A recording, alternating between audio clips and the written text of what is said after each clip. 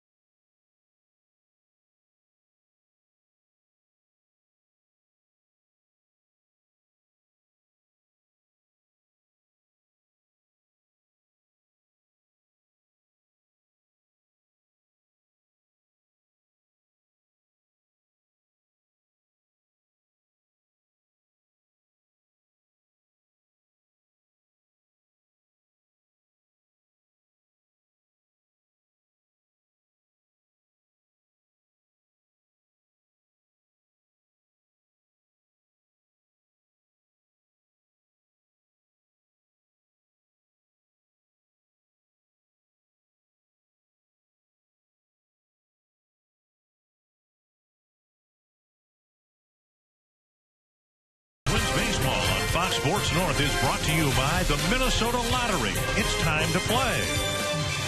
By Grand Casino. The best stories start here.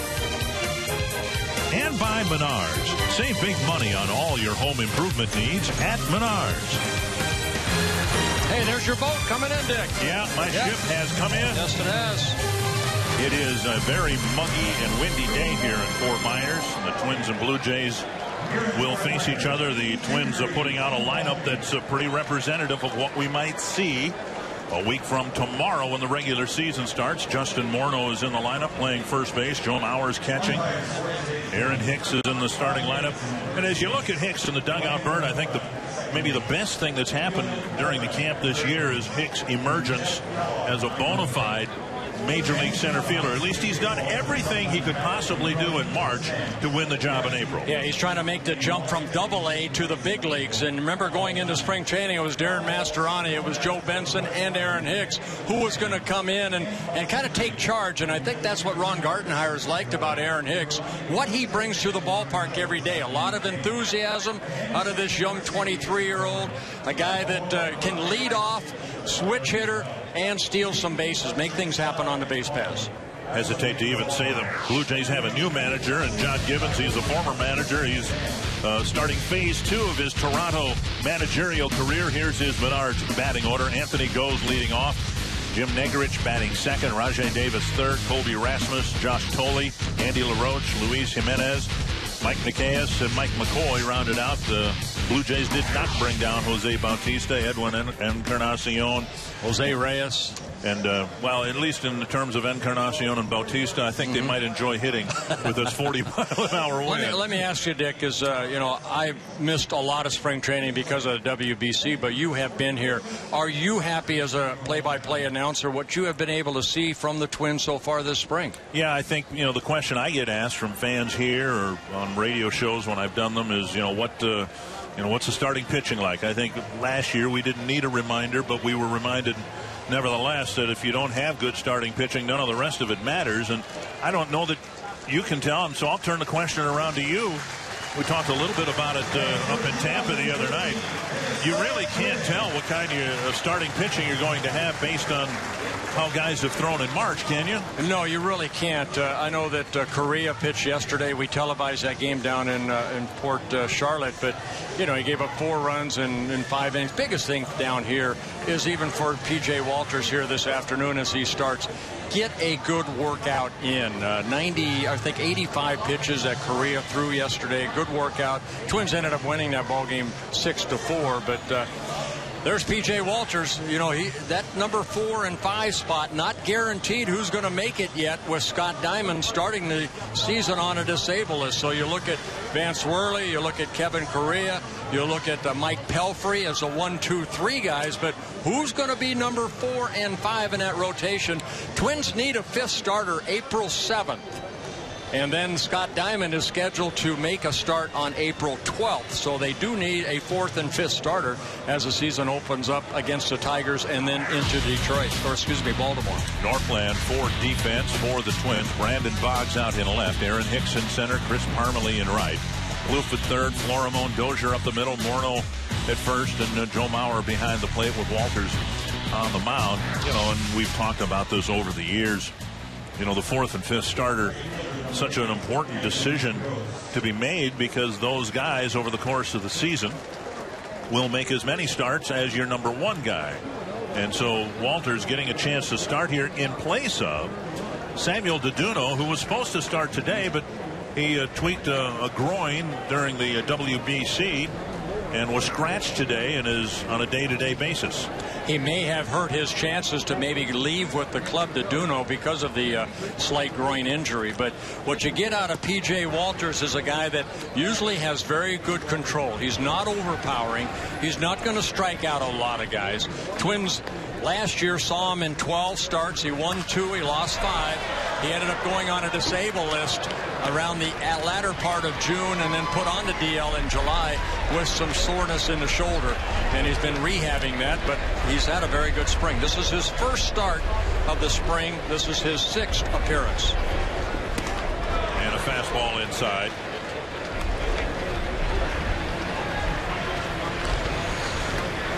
Two and 1 to Anthony Goes, Jim Negrich, and Rajay Davis will follow. Yeah, Goes are like a lot of leadoff hitters. You want to keep them off the bases.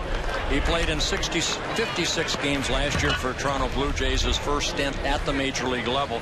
He ended up hitting only .223, but he stole 15 bases in 18 attempts, so very, very good speed. Make him earn his way on. Swing and a miss, 2-2. Jays maybe the most active team in baseball in terms of making trades and bringing new players in. Looks like an off-speed pitch right here. Good location, down, and Goes swings through it. Full count.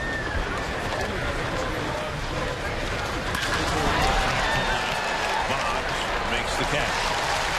The wind won't impact line drives, but anything hit higher than that will get some extra carry today. Yeah, you know, you said in the open this is going to be a high-scoring game. 25 runs. I came up here and said, watch, this is going to be a 1-0 game. Well, they said over on the minor league side there was a minor league game played this morning, and there were 11 home runs hit. So bombs away. 1 gone. Here's Negrich. Maybe I should get loose. They told me that. I wondered if you didn't pitch an inning or 2 over there. Inside, ball 1. Yeah, the Blue Jays very active, swinging some trades, bringing in an awful lot of talent from the Marlins and elsewhere. Created a buzz in Toronto and throughout Canada. really throughout baseball, a lot of people have very high expectations for this Toronto team, not just this next year, but because of the length of the contracts they assume for a lot of years to come. Foul back. I think, you look at the so-called baseball experts where they have them ranked in the American League Eastern Division. Toronto's up on top, and then you look at Boston. Baltimore's improved, and then the Yankees are kind of like 3 and 4 in that range right there because of so many injuries. John Gibbons getting a second chance to manage the Blue Jays. Not the first time the Blue Jays have done that. Remember a few years ago, Cito Gaston was brought out of semi-retirement. Yeah, last couple of years it was John Farrell. Now John Farrell, the manager of the Boston Red Sox. 2-2 to Negrich. Ground ball hit to Dozier, and an easy play for out number 2. Quick fastball middle in. Negrich kind of jammed himself and hit that ground ball out. P.J. Walters, 28 years old, 6'4", about 215. Came up with the Cardinals back in 2009. Actually was property of the Blue Jays a couple years ago. Made only one appearance at the major league level, and that being a relief appearance.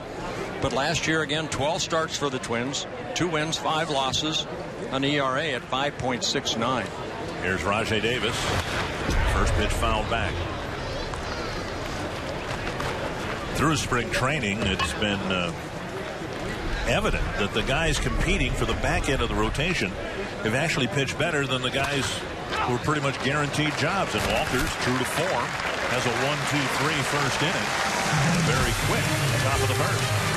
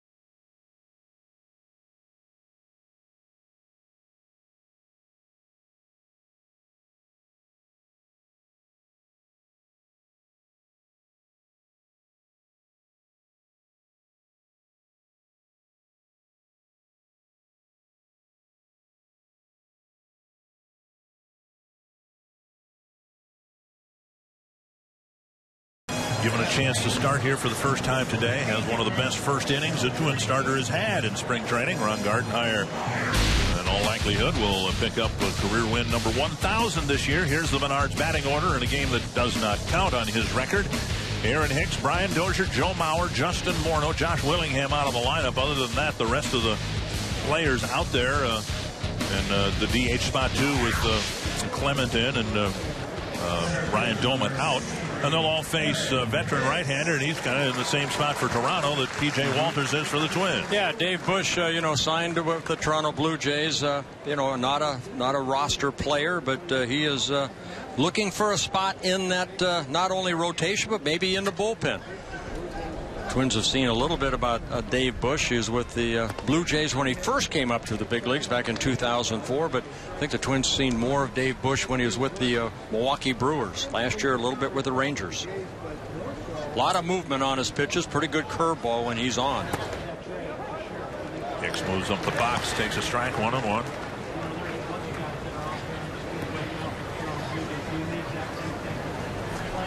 Want to show bunt. That's what Hicks did right there, bring in that third baseman. Maybe slap it by him. Breaking ball shaves the outside corner. That's the curveball right there. Earlier in camp, Rod Carew was here and spent a lot of time working with Aaron Hicks as he takes his curveball on the outside corner. See the big tight break. Good pitch.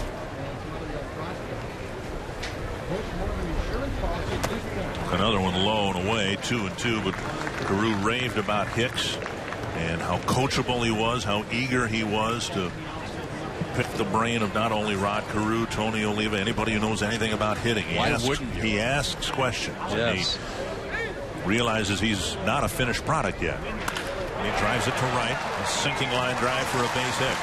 And what he's given the Twins throughout the spring, and this is, I think, the most encouraging thing. Yes, he's hitting over 300, but consistently good at bats.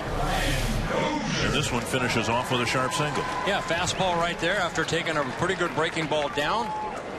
Bush let the ball up and lined into right field. We'll see if Hicks is inclined to steal a base here with Brian Dozier at the plate. Dozier has had a good spring, particularly in the field, as he's adjusting to a new full-time job, that of second baseman rather than shortstop. Made a sensational play yesterday after a deflection off the glove of the first baseman. I was going to mention that I believe the first baseman was Rolfing, yeah. And then he kind of, with his glove, flipped it between the legs with Correa covering first. There's a bunt, and it's a good bunt. A bunt single for Dozier. With Andy LaRoche playing back, Dozier, aware of the depth of the infielder, just dropped down a beautiful bunt for a base hit. See, Gardy's got to love that. Tom Bernansky, the new hitting coach here, has got to love this right here. You see that third baseman back? Go ahead and try it. And what a bunt it was. So put runners at first and second, nobody out. And Mauer at the plate. Joe having a good spring, great at bats, great experience in the WBC. Caught just 2 games, but caught complete games. And so if you're a catcher at this point of the season, you want to stretch yourself out to catch complete games, and he's already done that because of the WBC experience. Ball 1. Yeah, this is the time of the spring that we may see Joe go 7 innings today. Somewhere around that range. 6, 7 innings. Just to build up those legs, and then maybe have an off day tomorrow, or even get back in there again tomorrow. Joe's hoping to catch at least a minimum of 130 games this year.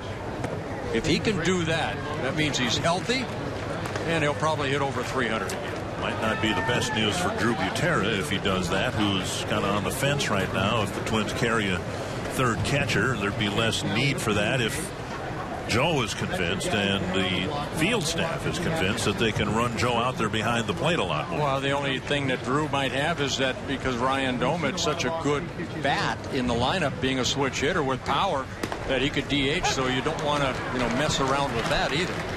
Bauer takes a 2-0 fastball for a strike. Hicks at second, Dozier at first.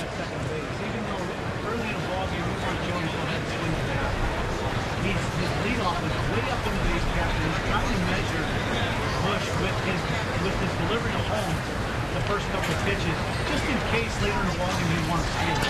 Bauer lashes it foul on the left field line, 2-2. Yeah, Dave Bush, 33 years old. He has 187 major league starts and 210 appearances. 56 major league wins, 69 losses, a career ERA at 4.70. Last year he was in the Philadelphia organization in AAA the whole season. Had some injuries. Appeared in only 11 games, all of them starts. 2-2 to Mauer. And now full count. Let's have some speed on the bases and a really good contact hitter and Mauer at the plate, so we'll see if they send Hicks and Dozier here. Joe Vavra, the new third base coach, going through signs. Just don't want to hit a line drive double play, so let's see what Gardy wants to do here with Justin Morneau on deck.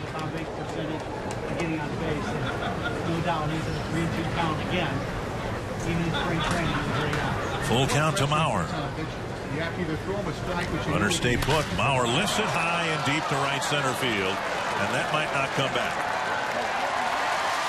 over a palm tree in right center field, up into the breeze, and it's a 3-run blast.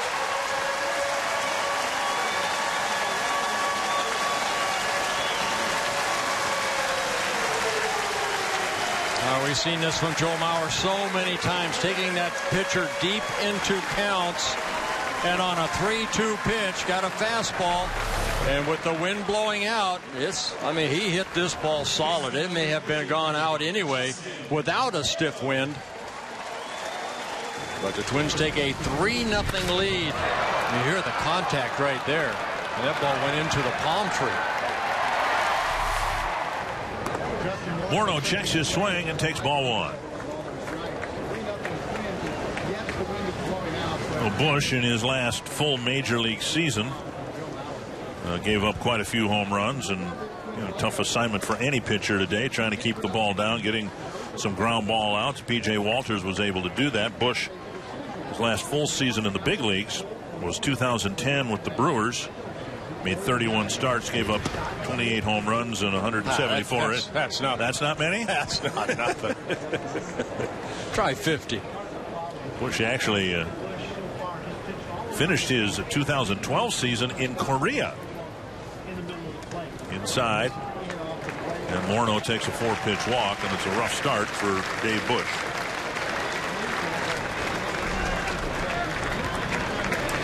Trevor Plouffe will hit. Plouffe has had a nagging injury to a calf, and then it was a re-injury that put him on the shelf for a while, but the Twins trying to get him out there as often as they can now, either in a big league game or a minor league game, to get him some at-bats.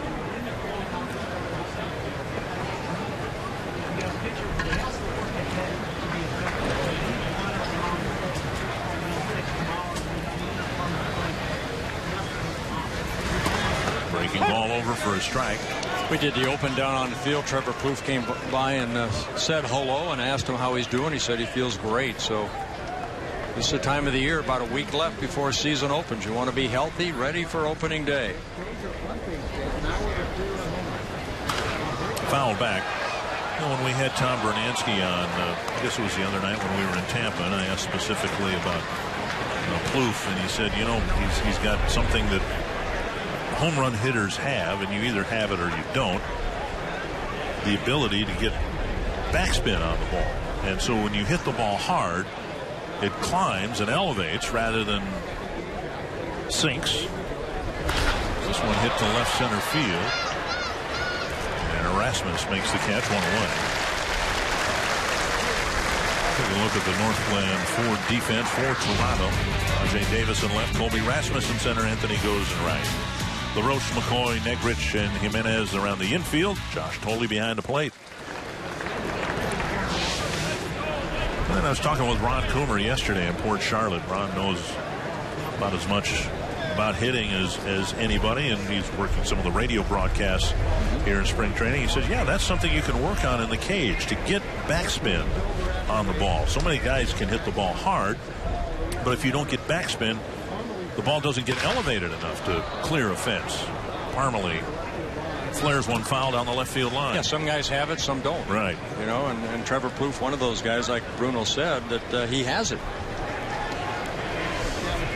I talked to Bruno yesterday. Again, we did the game in Port Charlotte, just about is he a video watcher? And he said, yeah, he watched a lot of it during the winter time preparing. He said he knows a lot of these kids, like Chris Parmalee. He's worked with them the last couple of years in the minor leagues. But guys like even Mauer and Morneau, I want to get to know them a little bit better, what their tendencies are. How do they react after, say, an 0 for 4? What do they do? And that's going to take time, and Bruno's had that opportunity here in spring training. 1-1 to Parmalee. And he's fed off Joe a lot. Joe Vavra, the hitting coach over the last couple of years for the Twins. We've seen, and why not? We've seen teams attack Parmalee inside, and it looks like that's where Dave Bush is trying to get him out here in this at bat. It has to be different for any hitting coach, though. I mean, he's known Chris Parmalee. He's worked with him quite a bit. A different relationship he might have with Parmalee than he'd have with a Mauer or a Morneau, who have already won league MVP awards. 1-2. And it's take by Parmalee, pitch in the dirt, 2-2. Well, just a communication, whether you're a pitching coach, manager, hitting coach, the infield coaches, it's the communication you have with these players. What do they want to get better, and how can I help them get better? 2-2 to Parmalee. Twins jumping out in front here 3-0 on a Mauer home run. This one stroked down the right field line toward the corner. One hops the fence. Morneau to third, and they'll hold him there. Parmalee has a double.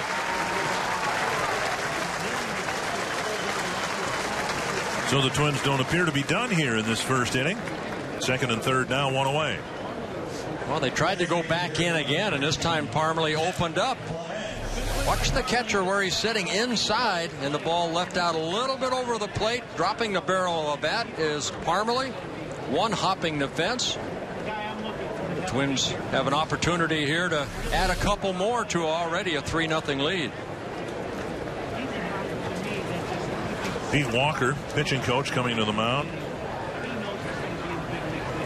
Part of the new staff put together by John Gibbons. He kept Dwayne Murphy because they like their players to hit home runs in Toronto. Pat Henkin, Quick the trip to bullpen the coach. mound.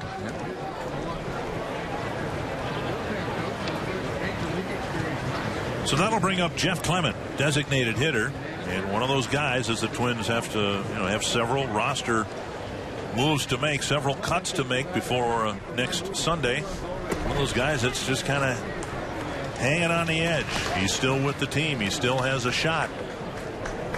But Jeff has been around long enough to know that these at-bats, even though it's March 24th, they're critical for his chances of making the ball club. Roller headed up the middle. Nice backhanded stop by Negrich, and he throws him out. Clement retired. Coming in from third is Morneau, and it's 4-0. Well, productive out right there. You pull the ball with the infield playing back. You drive in a run. It's the second out, but Clement picks up the RBI as Morneau scores the fourth run of the inning. Pretty good play by the second baseman. Clement getting congratulations in the dugout. Here's Brandon Boggs, another one of those guys. Is in the lineup today to help the Twins make the final evaluations as to whether he can help the club as a switch hitter and a backup outfielder, pinch hitter. Breaking ball hits the corner, strike one. Yeah, Boggs, 30 years old, has major league experience, 4 seasons at the major league level with the Texas Rangers and the Milwaukee Brewers. He's played in 130 major league games, a career .209 hitter. Another breaking ball, and Boggs with a check swing, 1-1. Bush getting a good workout here. 29 pitches already here in the first inning.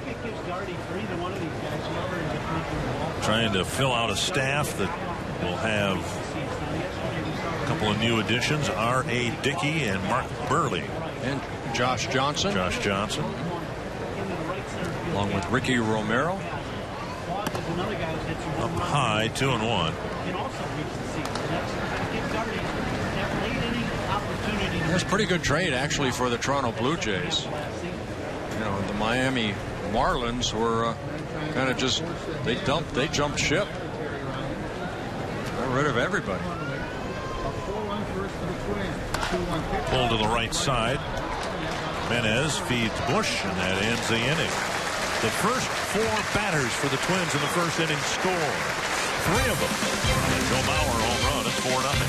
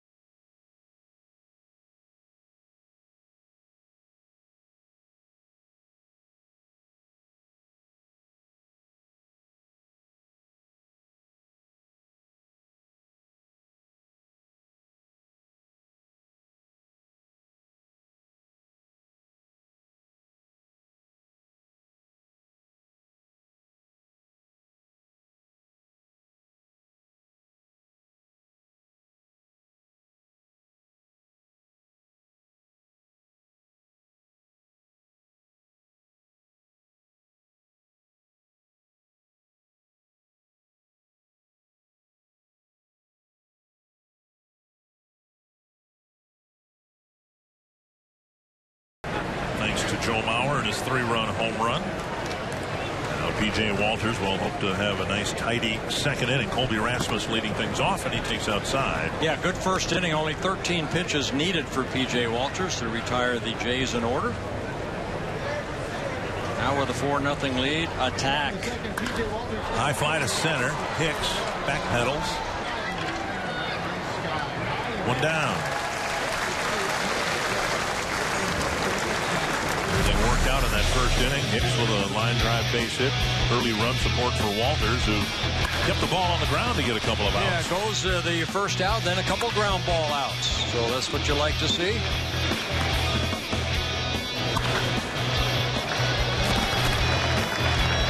Fly ball out here to start the second inning. Josh Tolley will hit. Walters misses ball one. One thing the Twins liked about Walters last year, he didn't dawdle out there. Here's a drive to right. Hermele hardly has to move. 2 down. He caught the ball from the catcher and looked in for the sign and kept things moving. Well, that's such an important part. I know at the WBC, that's one thing I had my pitchers do, Dick. And that's really, if you can do that, get those pitchers out there throwing the ball. Don't wander around the mound. Get it ready to throw. You're going to have better defense behind you. And that's one thing Rick Anderson really tries to get these pitchers to do. Stay aggressive.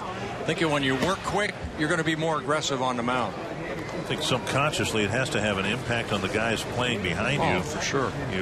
If the pitcher looks like he's out there with a purpose and with a plan. A liner under the glove of Dozier into center field. And LaRoche has a base hit. His Toronto's first base runner. Yeah, Andy LaRoche getting an opportunity to get some at-bats for the Blue Jays. Line drive. Past the ear, it looked like, of Walters into center field. Here's Luis Jimenez.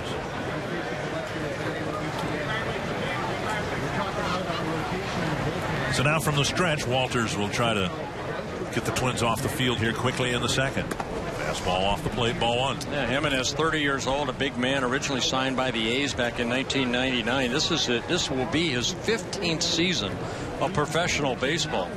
He finally made it to the big leagues last year with the Seattle Mariners. Played in 7 ball games, got 1 hit in 17 at-bats. They have him listed at 6'3", about 280. A lot of home runs in the minor leagues, 141 minor league home runs in 14 seasons. Actually property of the Twins for a couple years, back in 2005 and 6. 2005 played in New Britain, 2006 in Rochester. Been with 8 different organizations. That's a journeyman. Yes. 2-1. Borno holding LaRoche at first.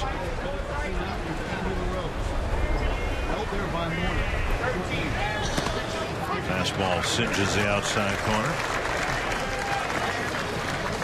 Pretty good hitter in the minor leagues too. Hit a 287 career hitter. Young man, 30 years old, again from Venezuela.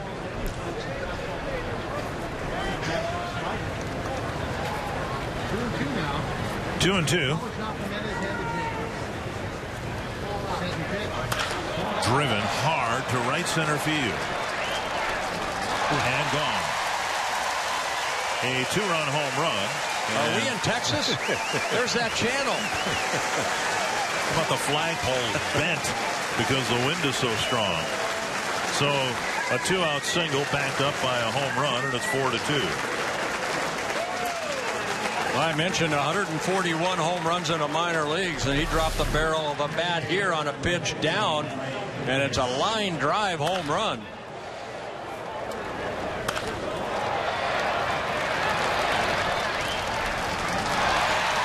Hang your clothes on that line drive. 2 down, 2 in. Mike Nicaeus, the batter.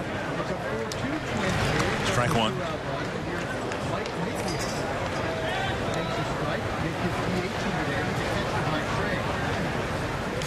Swing and a foul, 2 strikes.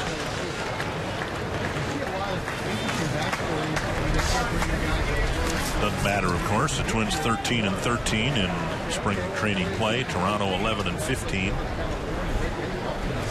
And the KSE came over in the R.A. Dickey trade from the New York Mets, along with the catcher, Toll. Bouncer to third. Gobbled up by Plouffe. Sets and fires that ends the inning. Still, the Jays get a single and a home run with 2 out. And the foul time.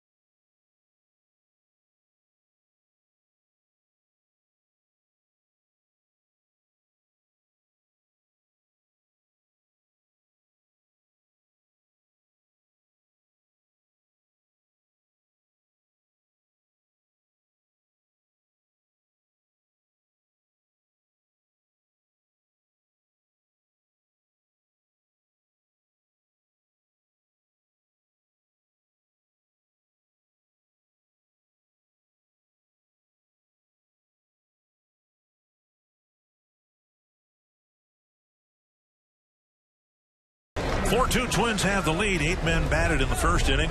Pedro Florimon will lead off the second inning for the Twins. Mauer and Jimenez with home runs early in the ball game. And Florimon takes one down on away ball 1. Bush hoping for a quicker time of it out there. Yeah, 31 pitches in that first inning. About 4 hits, 4 runs. Off the plate, 2-0.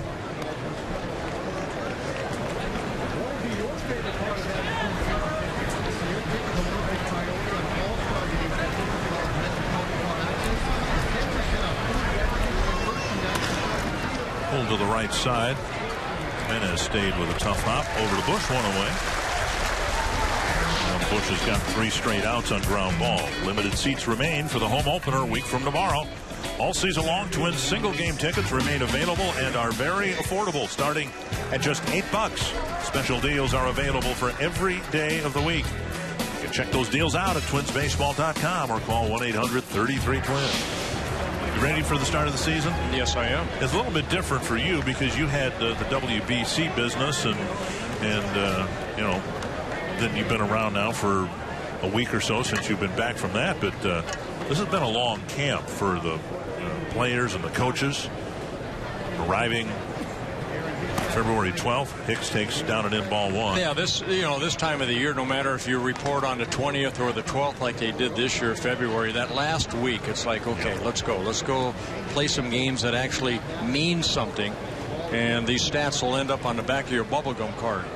Spring training stats, thank goodness, do not end up on the back of bubblegum cards. Well, that said, Hicks would take rookie season when he hit just over 300 and played a good center field. He wants to bypass AAA altogether and enjoy his rookie season in 2013. Fouled back, 2-1. You know, there was an at-bat in yesterday's game that underscores what I was talking about before. Hicks just regularly giving the Twins professional at-bats. 7th inning yesterday, he fell behind 0-2. Fouled off a couple of pitches, ended up drawing a walk. Now, talk about something that's not going to show up in your bubblegum card, but that's the type of hitter that he's shown the Twins that he is. He's not over anxious. He might strike out a few times, but he doesn't give at bats away, or at least he hasn't down here yet.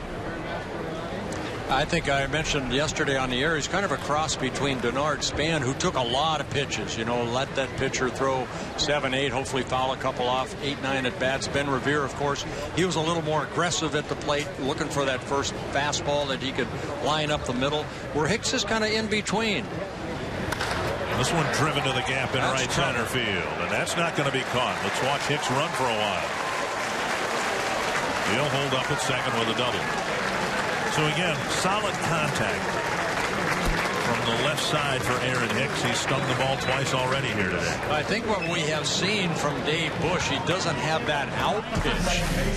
He's fallen behind. Now he comes in with a fastball, and again that channel. Very hit the head, right, good contact as he watches the ball off the bat. It's a 1-out double for Aaron Hicks. Dozier will hit. He bunted for a base hit his first time up.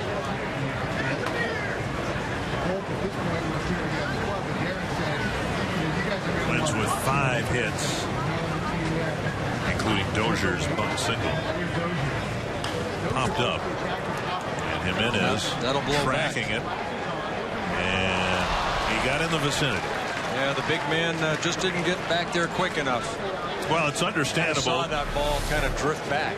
You look at the flagpoles one moment, and the wind's blowing straight out. Then you look at the next moment, and it's blowing from foul pole to foul pole. Right now, blowing out, straight out.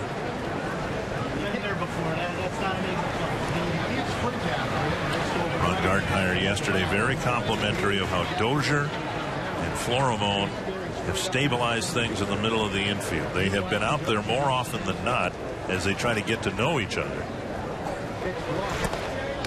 Down low a ball, 1-1. They've turned a lot of double plays. They've gotten a feel for where they like the ball on the pivot. That play yesterday really encouraging because it's kind of an instinctive play. And Dozier really learning second base. Swing and a miss at the fastball, 1-2. Yeah, we had him on a couple nights ago when we played the Yankees, and that's what he said. He mainly came up as a shortstop. Once in a while, he would be put at second base, but his main position is shortstop. So he's learning a whole new position. Plus, sometimes you take that to your at bat, and I don't think that's shown that he has taken, maybe his concentration of trying to be a good second baseman to his at bats. 3-2 to Dozier. Of the two, Dozier has the higher ceiling offensively. At least that's where they're at right now. I think Twins would be thrilled if Florimone could play well at short and just simply hit in the 250 range. And Dozier takes ball 3. I think I mentioned last year that Florimone to me reminds me of a very young Tony Fernandez that had so many great years for the Toronto Blue Jays. Switch hitting shortstop, sweet hands, he made all the plays. But offensively, he got better as he got older.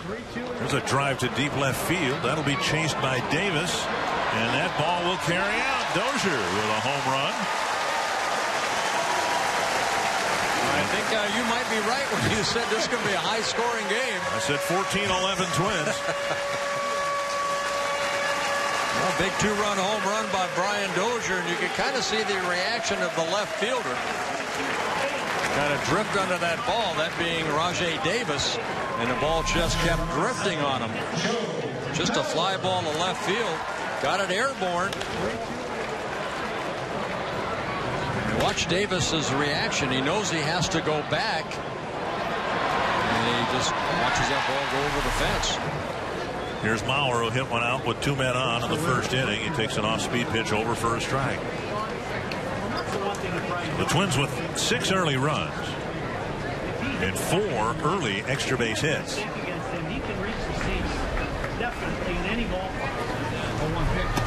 Change up off the plate, 1-1.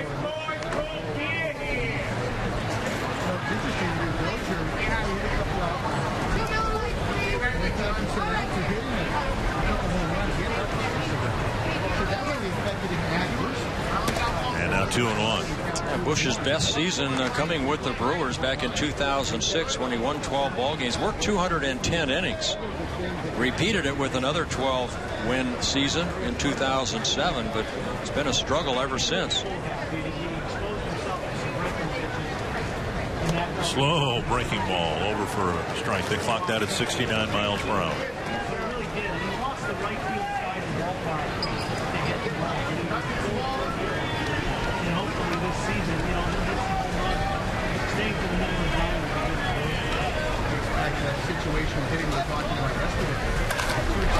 Bauer lifts it to center. Rasmus back a couple of steps, makes the catch for out number 2. For Bush, Walters, and position players who are kind of on the fence right now, the first challenge is to make the ball club, and that news will come in the next few days or so for everybody in the Grapefruit League or Cactus League. Then the next challenge is to stay with the big league club and not be lumped in that category others by season's end. So makes the club out of spring training. They struggle early on. They're sent down. And then at the end of the year when they compile the team stats, they're all lumped together as others. And others always have a very high ERA and a very poor batting average. Well, 50 pitches, 51 right now for Dave Bush. So talked about Correa yesterday throwing 85 pitches in 5 innings. Here Bush getting a good workout in 2 innings. Or 1+ inning. Off the plate, 1-2 to Morneau.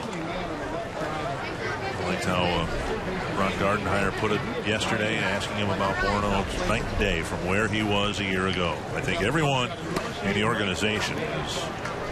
Last year they were hoping Justin would have a big year. This year I think they're expecting it. Came to spring training, didn't have to worry about anything. Just take care of myself, my body, and be ready to hit. Wasn't nursing an injury here or there. And as Gardy said, he was able to get back into his more normal workout program, which for Justin means a lot of weightlifting in the offseason. Unable to do that last year. 3-2. Pounded foul. I talked with Justin a week or so ago after he and Joe came back for the WBC, and he said, you know, for the players, the individual players, the WBC is awesome because you can't replicate that type of intensity during spring training. You know, Justin is focused as much as you can be at the end of March. Here's a high fly to right, but off the end of the bat, and puts it away and ends the inning. Another home run for the Twins, this time from Brian Dozier with a man aboard.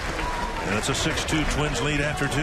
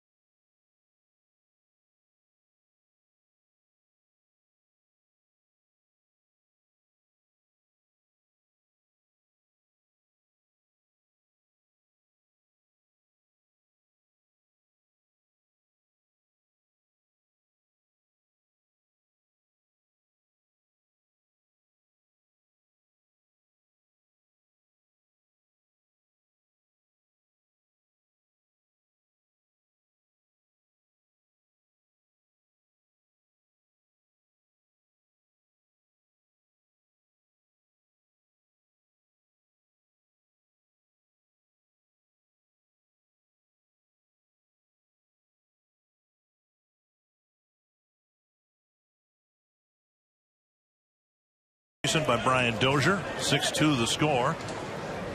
P.J. Walters, who gave up a 2-run home run in the top of the second. He and the Twins got those runs back in the bottom of the second. And Mike McCoy bluffs a bunt, takes a strike.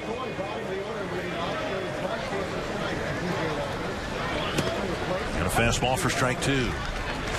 Walters will top out about where that pitch sat on the radar gun, about 87, 88 miles per hour.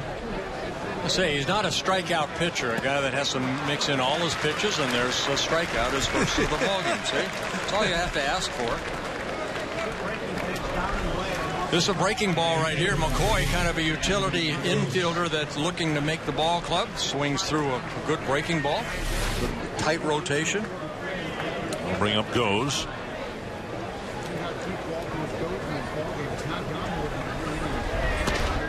Slow breaking ball over for a strike. Walters had a full count to Goes in the first inning. But he's really stepped up his strike throwing percentage. Missing there, 1-1. You know, Walters is kind of right there with Cole DeVries as the same type of pitcher. DeVries has had a really good spring training.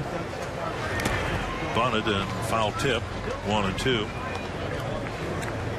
The guys who came to camp hoping for an opportunity, certainly not hoping that others would be hurt, but being ready whenever an opportunity might present itself. And DeVries has taken full advantage of the opportunity he's been given, and now Walter's trying to do that today. And this guy is not a strikeout pitcher. Not a strikeout pitcher, but there's 2 in a row. Awesome. Well, you look at his minor league numbers for Walters. He's won 51 games in the minor leagues. He came up with the Cardinals, kind of a spot starter. He's always been that guy that has always gone back down. Hey, if somebody gets hurt, if I'm pitching well, call me up. And he did that with the Cardinals, and then Toronto, just one relief appearance, but last year with Minnesota. Barehanded by Plouffe, made the play as quickly as he could, but Negrich has a bunt single with 2 outs in the third. Again, this is a start that was supposed to go to Samuel Deduno, but our Sanford Health injury report, Deduno was scratched with some groin tightness. 3 really solid starts, a microscopic ERA, and the Twins were really encouraged and hopeful of getting him a start or 2 here to see if he can break through and make the rotation. Yeah, that final game against Puerto Rico, he tweaked that groin early in the ball game, and he continued to work, pitch through it. But don't know what that's going to do to his chances of making the rotation. But if anything, if he's sent down to the minor leagues, he's not on the 40-man roster. Go down there and pitch well. You don't know what might happen, especially what happened over the last couple of years with the starting staff. The shame of it all for Deduno, I think, has a lot of people in the organization and at least one person up here in the broadcast booth pulling for him. Check swing and a called strike, 2 strikes. Is when this happened. If this had happened a couple weeks ago, even before the WBC, well, then you've got time to get this, the tightness fixed, and you can shut him down and build himself back up again. But it would be tough for the Twins at this point to include him on a 25-man roster when they might not have seen him pitch. Check swing and a foul. And B, they don't know if he were to get a start with the adrenaline going and all that. Let's say he'd make a start in Baltimore the first weekend of the season. You don't want to take not a crippled pitcher, but someone who isn't established healthy with you on the 25-man roster. Yeah, but I think the Twins, they know they're going to take care of him. They want him healthy first before they put him out on that mound. So, Deduno last year for the Twins, 6 wins, 5 losses, and 15 starts, and all that movement. I think Tony Pena was talking about Deduno about, he doesn't throw anything straight. Yeah. Because he had a great curveball in the WBC, but the fastball just jumping all over the place. And that's the type of pitcher he is. He'll walk as many as he strikes out. 2 strikes to Davis. Long hold by Walters and time call. Tony Pena telling me the other day before the game up in Tampa that what they tried to do with Deduno was to have him throw his off-speed stuff early in the game and maybe tire his arm out a little bit so he'd have better control of the fastball. Chop foul, be tough play for Plouffe. Bare hands it, flips. Safe at first. And again, Plouffe made the play about as well as you can, but first Negrich and now Davis, both fleet of foot, beat out infield hits. Yeah, one thing about Rajai Davis, he is quick out of that box. Kind of a swinging bunt. Blue playing back. He comes in, feels it, got rid of it quickly, but Davis just beat it out. Almost a sprinter. So the Jays trying to build something together after 2 outs in an inning. They succeeded in the second. The single and a home run with 2 gone. Now a pair of infield hits, and their cleanup batter comes up, Colby Rasmus. Fastball just off the plate, ball 1.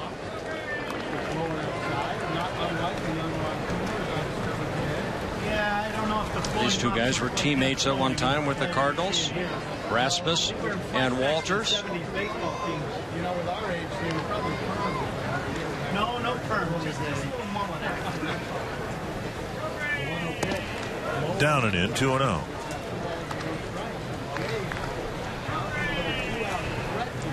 Brian Dunsing's warming up in the Twins bullpen, and I would imagine Walters, as effectively as he's pitched, at least prior to these 2 infield hits, might be nearing the end of his day.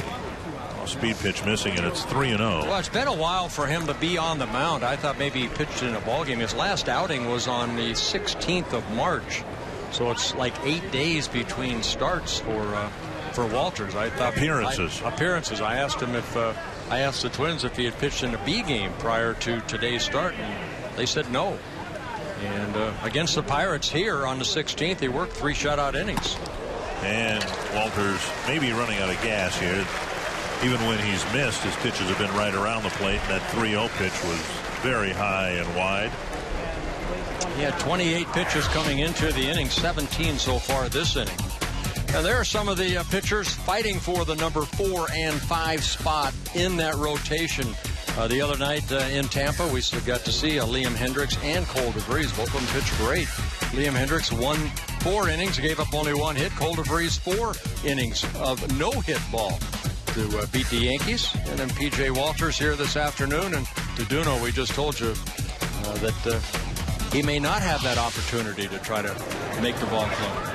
Sort of lottery eye on opening day. Now, you saw those 4 guys, and those are all 4 guys that were part of the rotation last year. And it's a testament to the attempt the Twins made to restructure the rotation. They're fighting for spots, but the top 3 spots in the rotation, Worley, Correa, and Pelfrey, all were brought in from the outside. And none of those 3 have pitched particularly well. But again, I don't know that anyone is too disappointed, because the bell hasn't rung yet. And Rick Anderson, I guess, gave him a pretty good talking to, the pitching staff in general, saying, hey, come on, let's go. Strike 1, and now bouncer right side. And Walters is able to leave the bases full, complete 3 innings, and come off the mound. Visit by Rick Anderson. A 6-2 Twins lead.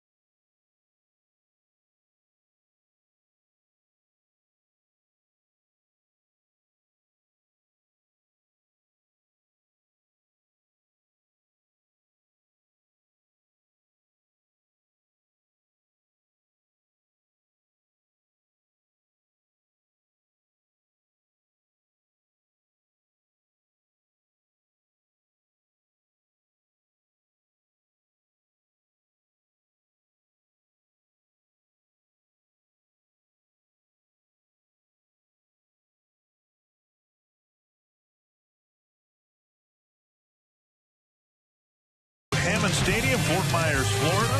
Second meeting of the year between the Blue Jays and the Twins. The first one way back in February. Twins were up in Dunedin winning a ball game, and they're winning so far here this afternoon.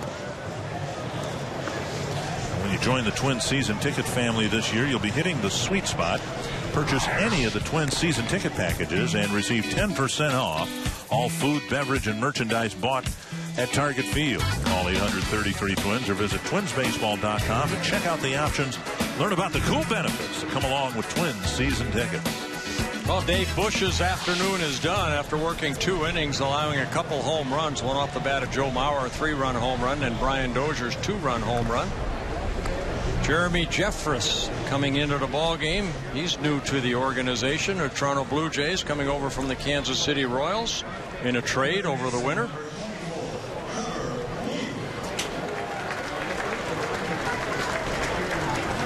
Traded to Toronto for Cash.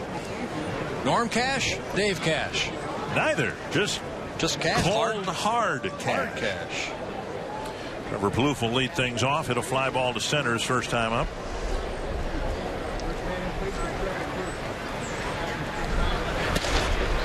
And the pop of the mitt. Jeffress, very hard-throwing right-hander. We saw that when he was with the Royals. Control challenged right-hander. Pop straight up in the air. Well, the wind's blowing, but that won't blow out. It does blow out to short center field, though. Coy stays with it 1-0. Yeah, Jeffress came up with the Milwaukee Brewers back in 2010. The last couple seasons up and down with the Royals. Chris Parmalee will hit. Hooked a double into the right field corner his first time up.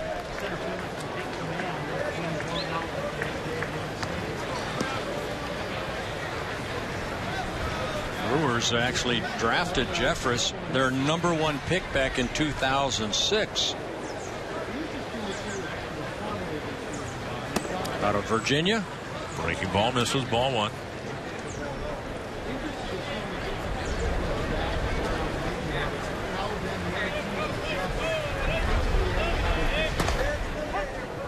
Mid-90s fastball, and it hits the corner, 1-1.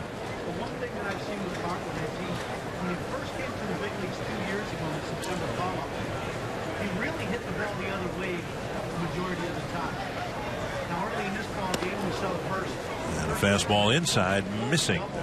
And Jeffress kind of sits at 95, 96 with his fastball. Yeah, a strikeout pitcher in the minor leagues, but also a lot of walks, as you mentioned, Dick. At the major league level, he's worked a total of 38 2/3 innings. He's had 30 walks with 34 strikeouts for the Royals and the Brewers combined.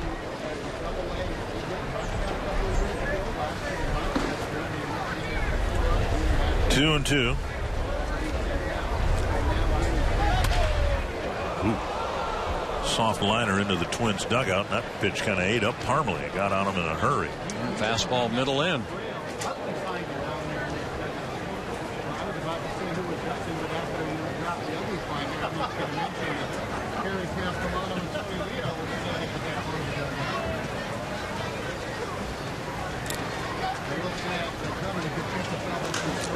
And fouled away. That one clocked here at 101 miles per hour. Into the wind.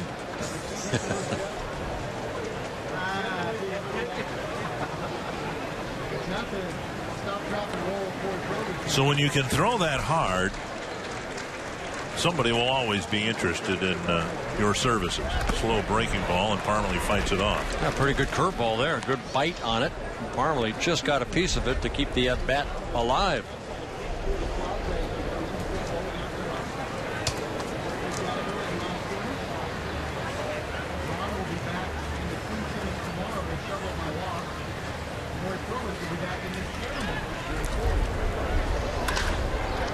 On the ground to the second baseman, Negrich. 2 down. Fox Saturday Baseball returns with 3 matchups as Angels outfielder Josh Hamilton returns to Texas to take on the Rangers, where the Yankees battle the defending AL champion Tigers. The Cardinals take on the World Series champion Giants in a rematch of the NLCS. The debut of Fox Saturday Baseball is April 6th. That's the most important thing, April 6th. You know what that day is, don't you? Any chance? It's the day after April 5th, before April 7th. Tax day isn't until April 15th. Somebody's big birthday. Oh!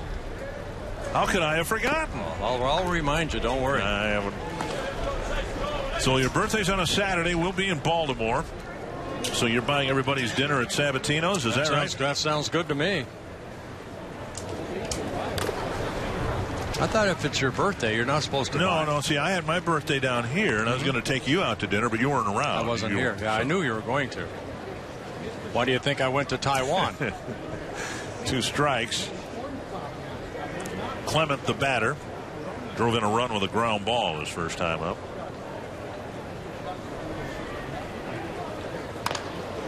Driven foul. That one clocked at 97. You know, I was going to say one thing that fans will find out right away. I think most baseball fans know that the Astros moved over to the American League. So now we got 15 teams in each league. And that necessitates interleague play through the entire schedule. So the first week of the season, first game of the season, breaking ball down and in, it'll be the Rangers and the Astros battling it out for the silver boot or whatever they always have. That's the first interleague series, and it starts right away. Well, just over a week. Actually, that's not interleague because the Astros are in the Western Division. I just said that. Yes. Yes. But I know your point. Cincy and Angels. And the Angels are the team.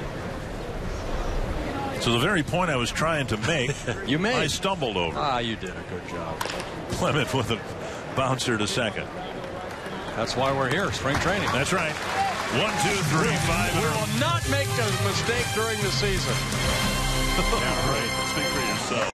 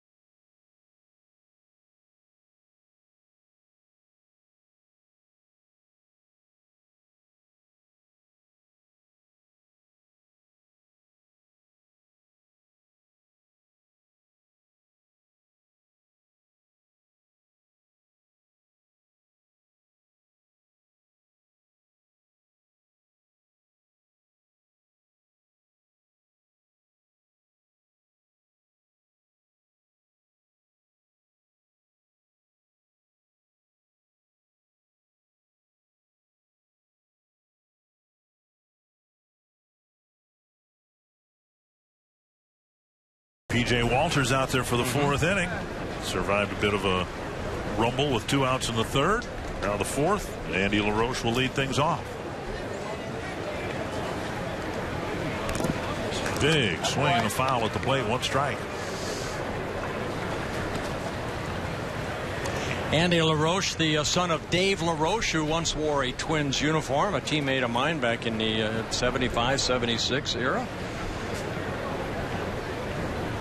Left-handed pitcher, reliever, and actually his brother Adam LaRoche back with the Washington Nationals.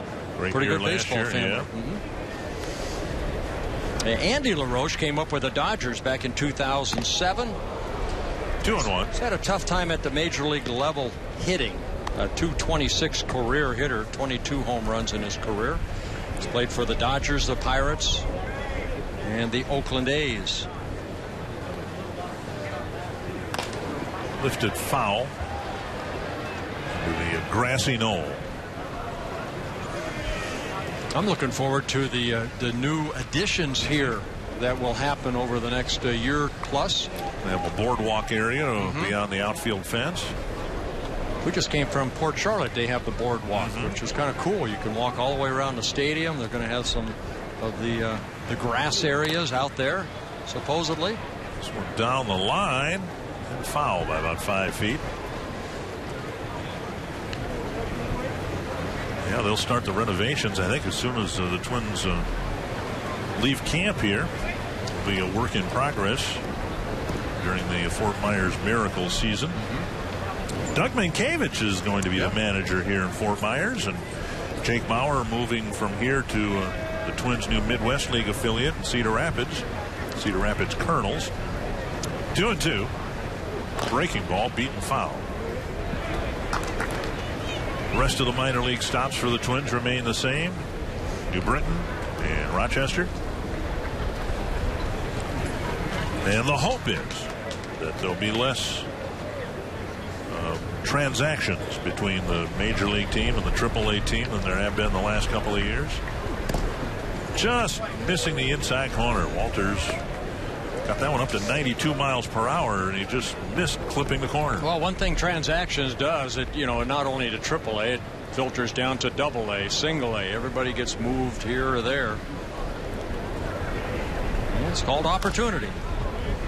The Twins early in camp had some great prospects here, and fans I know will be paying close attention as to where Byron Buxton will be. He'll probably be on the Cedar Rapids roster. Miguel Sano, who played very well the other night up in Tampa against the Yankees, he'll probably be, I would guess either here in Fort Myers or maybe they'll start him at AA New Britain. Yeah, pitching wise, you have Gibson, you have Meyer, you have May.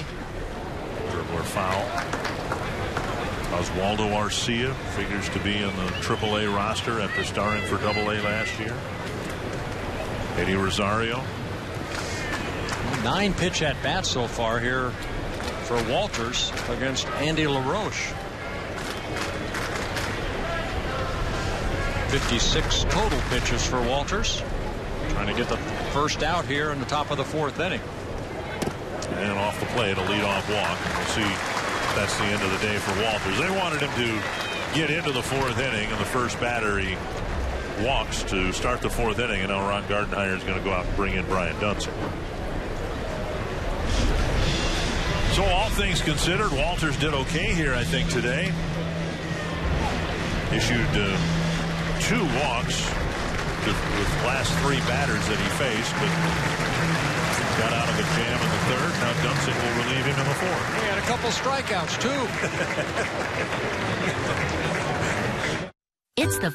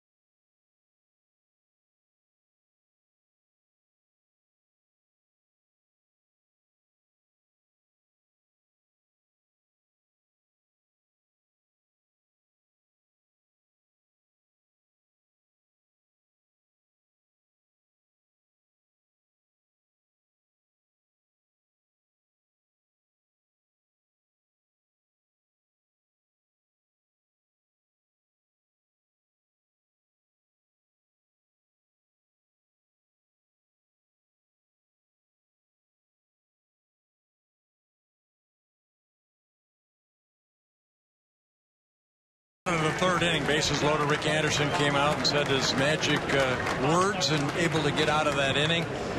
Okay, not the best performance for P.J. Walters. Here's Brian Dunsing coming into the ball game, a guy that came to spring training not having to worry about am I going to be a starter or a reliever. Pretty much this is going to be his role throughout the summer as kind of a long man, a guy that can pitch 2 or 3 innings out of the bullpen, sometimes maybe more. Oh, foul. You know, and the complexion of the Twins bullpen has changed over the course of spring training. Tyler Robertson's got a little bit of a arm problem now. The Twins have a left-handed closer in Glenn Perkins, and they have Dunsing, and so one of the things they need to sort out is whether they're going to have a third left-handed reliever and who that's going to be. There's Phil Roof. Roof. Former catcher. Nice man. Phil Roof. With hands like that, what would he have done? He could have caught me without glove. Without baseball. I mean, there's Tom Kelly and Phil Roof chatting it up, but Phil Roof has got enormous. It's like a catcher's mitt without wearing them. Yes. 1 strike and a ball. I've gotten to know Phil fairly well over the years. I don't know that he can play the piano. I would think that would be a challenge for him with fingers. Knowing Phil, he doesn't want to play the piano. 2-1. And Dunsing has been effective against left-handed batters throughout his major league career, less so against righties. Working on a changeup to try to get right-handers out. 2-1, and there's a swing and a miss, 2-2. Yeah, good breaking ball there. Fastball situation, able to get that breaking ball over. Jimenez swinging through it. Take a look at the pitch right here. It might have been the changeup. It didn't have a lot of movement on it.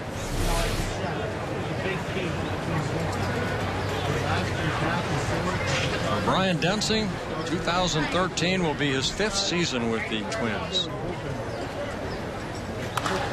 Lifted high and deep to right center field. Parmalee will chase it, but it's up in the breeze and gone. So Jimenez has his second 2-run home run. And it's 6-4.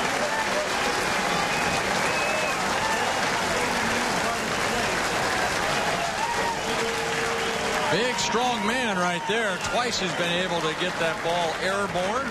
The first one, a line drive home run. This one just hit high to right center field. The ball just kept going.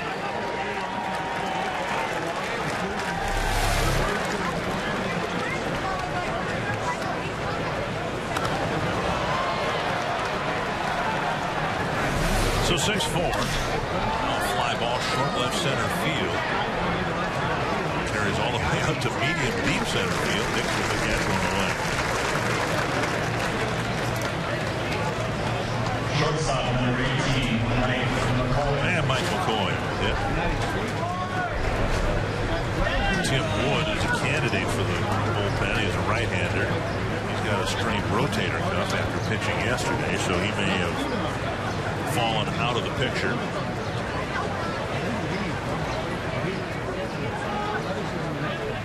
Ryan Presley, a Rule 5 pickup, has made quite an impression here. It just sounds more and more like Ryan Presley is going to make the Twins bullpen. Casey Fiend has done well in recent outings. Alex Burnett had a good outing yesterday. He's a strike on the outside corner. Of course, Jared Burton, along with Perkins, the kind of the 8th, 9 inning guys. If Presley makes the team, he, like Hicks, will try to make the jump from Double-A ball. Rule 5 pickup out of the Boston organization.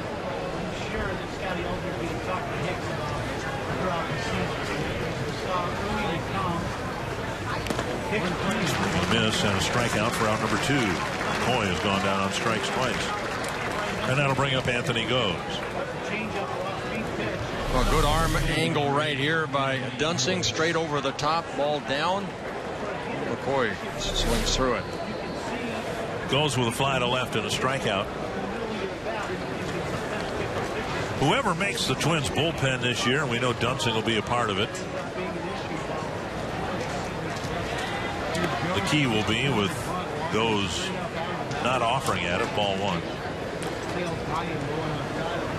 key will be not overworking the bullpen. And that falls, of course, to the starters and the likes of Worley, Pelfrey, Correa, Diamond when he's ready, and whoever fills out the rotation.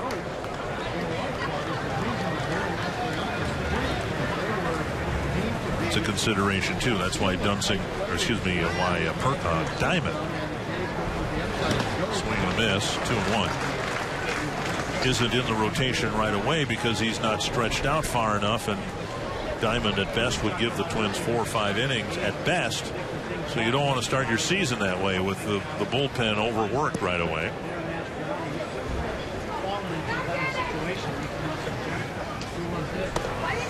3-1. Yeah, Twins have a decision too. Do they go with 12 pitchers or 13 pitchers? I think the hope is it's going to be 12. And then you add a pitcher only out of necessity. Inside. Yeah, what I have read is that Major League Baseball, through the Players Association, they're even thinking maybe expand that roster to 26, 27 players, only because each club pretty much, I mean, last year, Dick, year prior to that, 13-man pitching staffs. Yeah. It really ties up the manager's moves. At one point, the Royals last year had a 14-man pitching staff. So you know, your Ned Yost, you put out your starting lineup, you're pretty much done. You don't have any bench moves to make. Right. Here's Negrich, 1 for 2. Yeah, keep an eye on Goes. Again, outstanding speed at first base. 10 runs on the board, 9 of them scoring on home runs.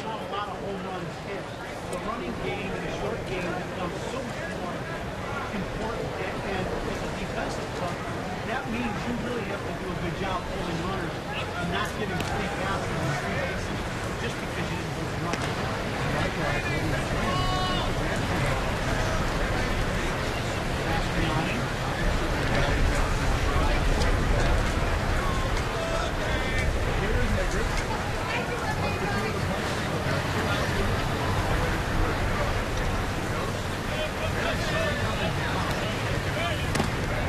Around the hands, ball 1. Let's open the season at home against Torrey Hunter and the Detroit Tigers. And they go on the road to Baltimore and Kansas City for the first road trip.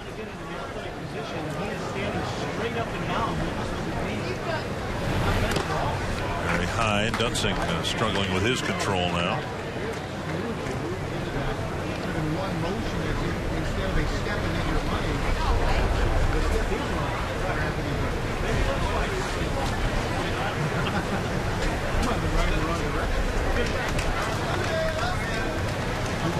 Two and 0. And they've got him picked off. Morrow with a good throw. And Goes is picked off to end the inning. A couple of runs on another Jimenez home run, and it's 6-4. Hi, welcome to Toyota's #1 for everyone sales event.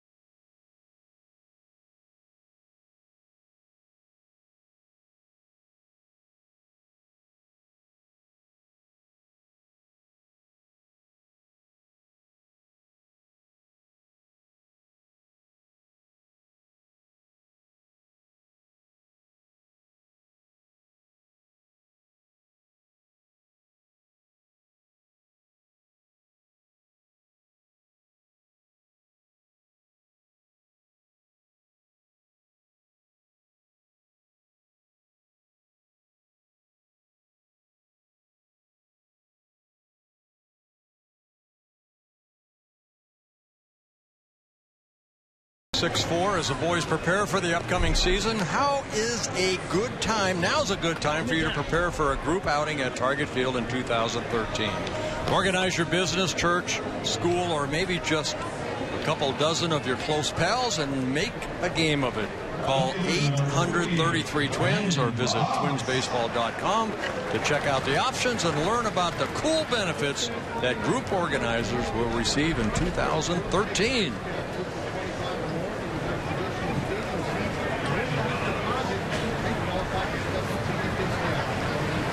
Brandon Boggs will lead things off for the Twins in the fourth. Diego Florimon will bat second.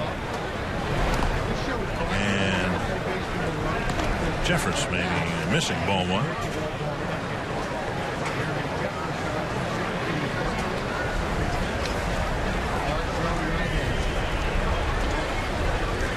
Boggs with a bouncer to first base. His first time up, now 2-0.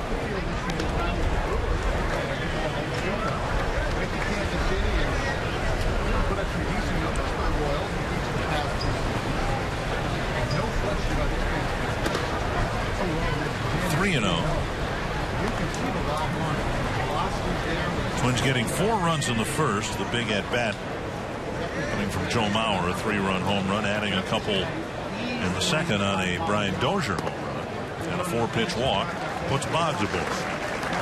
Jeffress came in last inning, retired the Twins 1-2-3 in the third. Leadoff walk here. Florimon bounced out to first. His first time up.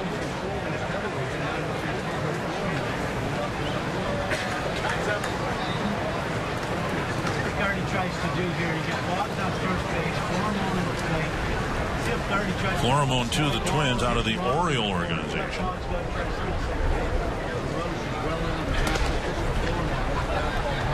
Waiver claim in December of 2 years ago. And Jeffress will have a visit from the mound, or to the mound, at the mound. Yeah, Dick, I think what we've seen from Florimon, he's going to play short consistent. He can be very consistent at short, no matter if he can hit major league pitching. 145 major league at bats, and he has hit 214.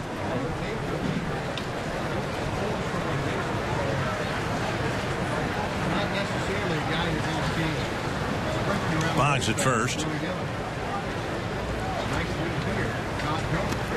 And a block there by Tolle. The Twins have had a rotation, it seemed like, at short and second the longest time, and that rotation always included Alexi Casilla.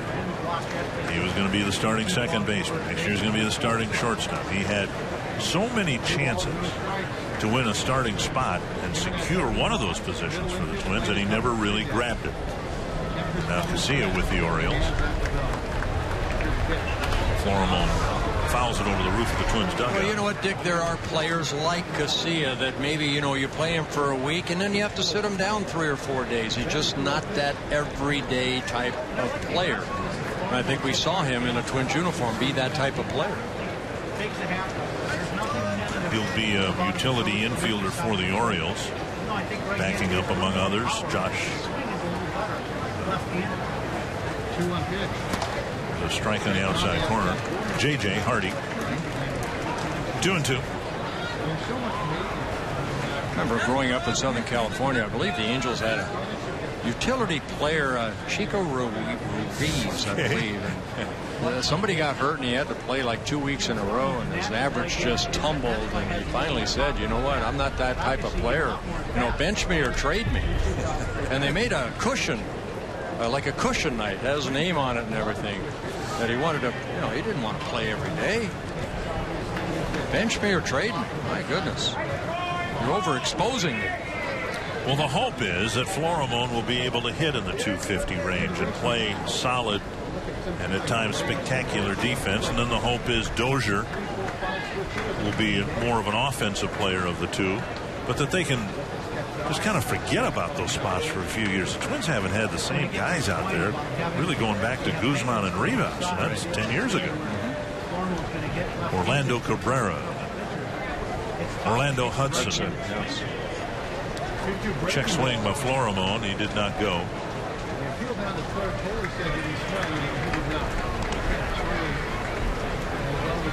And for a while, it was Nick Punto who was always going to be the, utility guy, but then somebody was hurt or ineffective at short, so then Punto became the everyday shortstop, and then the next year he was the everyday second baseman. And you love Jamie Carroll, but he's 39 years old. You're going to run him out there every day. That's why you want a young man like Florimon to take charge. 26 years old.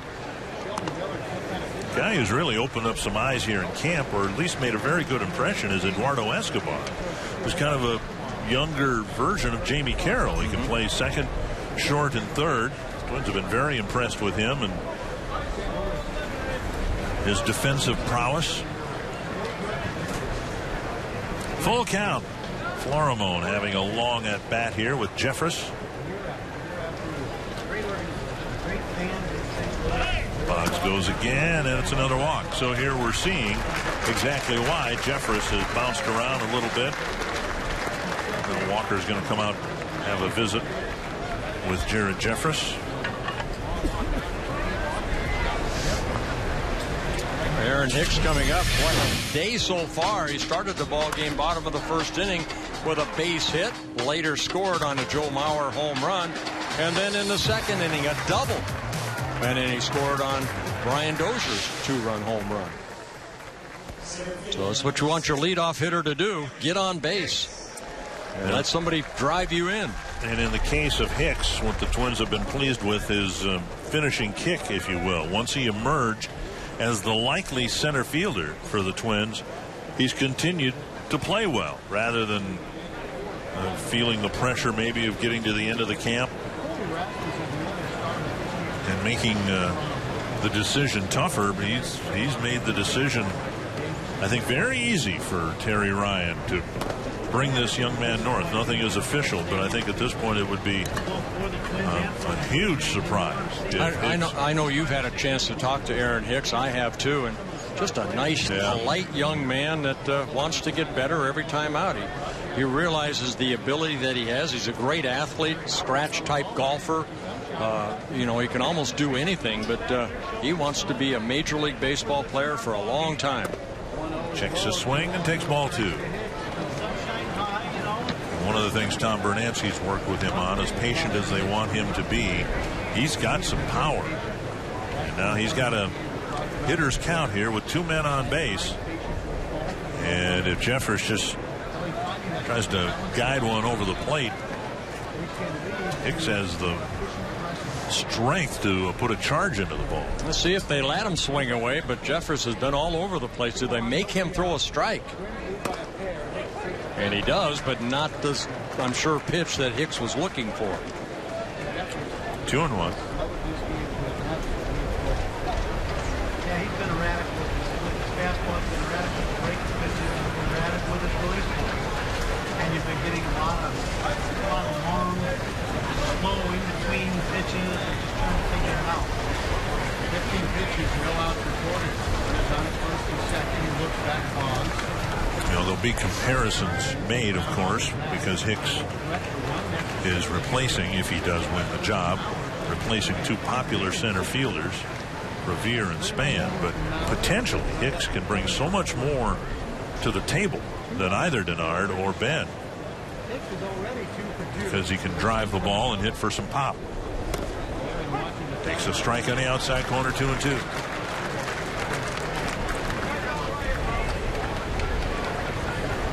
Pitch 89 miles an hour, so Jeffress is trying to figure it out, and that was just kind of let me ease up here a little bit, throw it over the plate. He actually got good movement on that. Jeffress has already issued a couple of walks here in his second inning of work. Hicks certainly didn't want any part of it. He awaits the 2-2. Punches it down the line, might have cracked his bat. Foul ball. Just trying to protect the plate with 2 strikes. Well, the previous fastball was down and away, so Jeffress went back out there again, and Hicks did not want to take that pitch.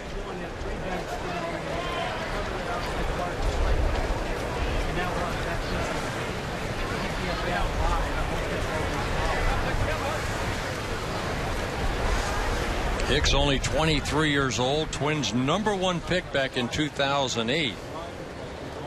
Out of Woodrow Wilson High School in Long Beach, California.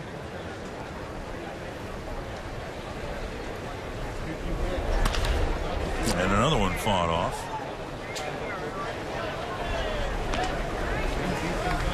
Jeffress, after walking a couple of guys, has dialed down the velocity a little bit to the low 90s.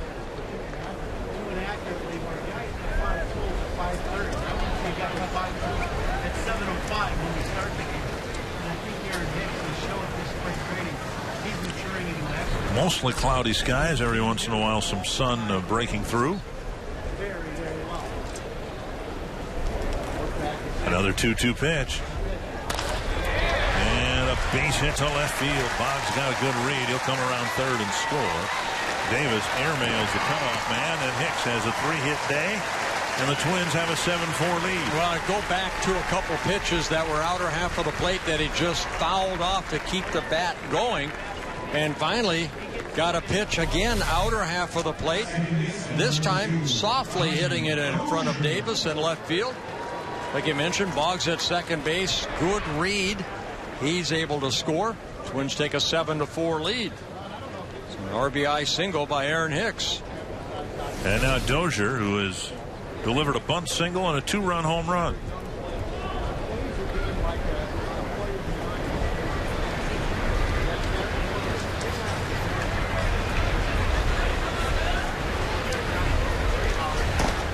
So when you look at this lineup, and I think some people have commented how the Twins don't have much speed in their proposed everyday lineup, and they don't have much in the middle of the lineup with Mauer and Willingham and Morneau and Domit. But on the bookends, you've got Hicks who can run. You've got Florimon who can run, hitting ninth the way it looks. Breaking ball over. Dozier can run okay. Plouffe can run okay.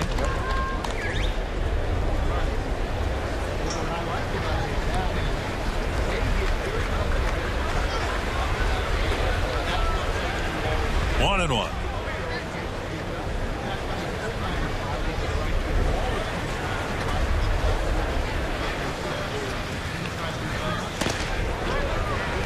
And now 2-1.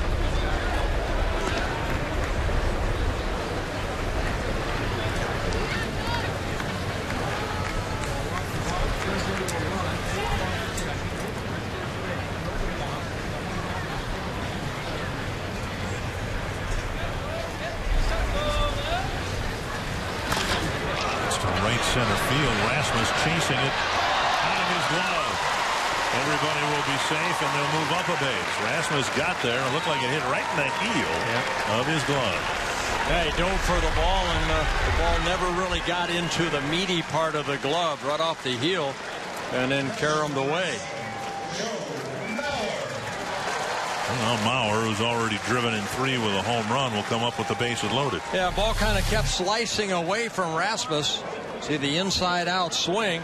Rasmus diving for it, hit the heel of his glove, trickled out. Yeah, everybody's safe.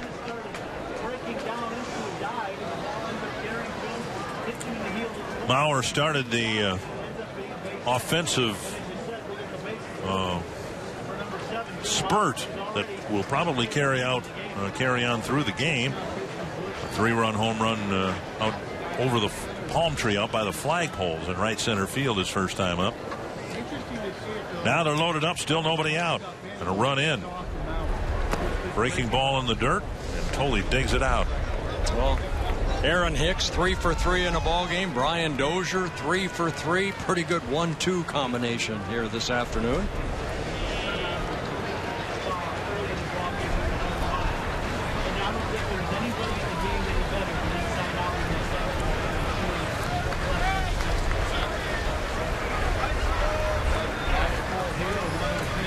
There's a fastball over the inside corner.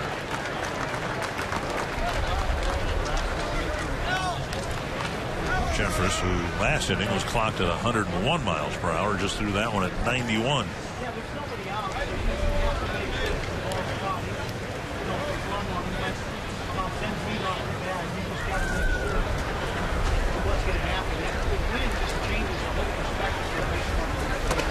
Up and away. 2-1.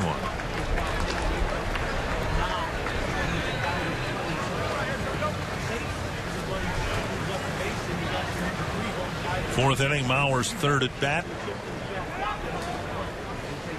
Might be his last at bat of the ball game. We'll see.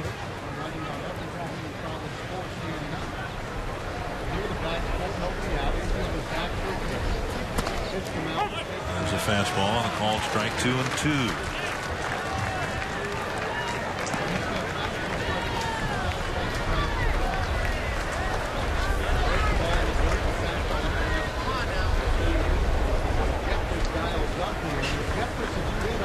Warm and muggy day, and eventually this type of weather will find the upper Midwest, just not in March apparently.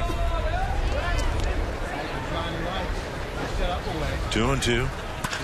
Driven to deep left field. Chased by Davis. He can't make the play. 2 runs are going to score.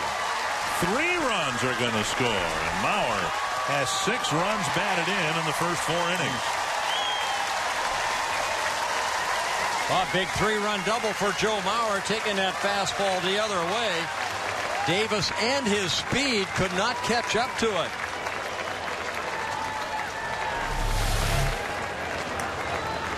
Something up, and Joe just hitting it the other way, right down that left field line. Ball getting away from Davis. By the time he could get the ball back in, all 3 runners on base scored. Jeffress didn't retire a batter in the 4th after a 1-2-3 third. He'll be relieved. And Mauer with 6 runs batted in, and the Twins leading at 10-4. Why can't that be on the back of your bubblegum card? 6 RBIs.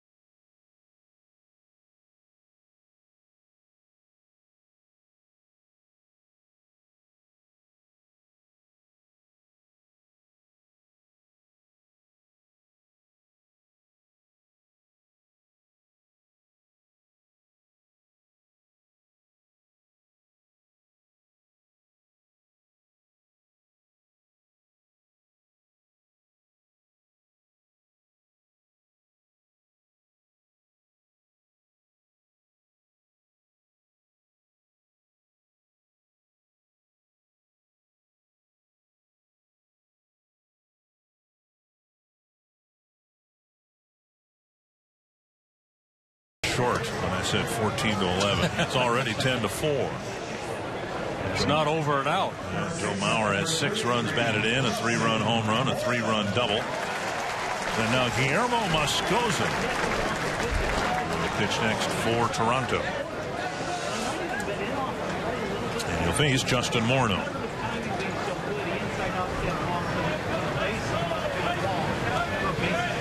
Morneau with a walk and a fly ball to right. Moscoso, a hard-throwing right-hander.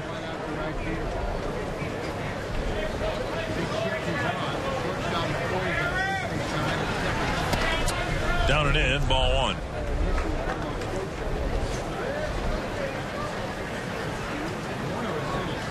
Twins having Mauer and Morneau hitting back-to-back.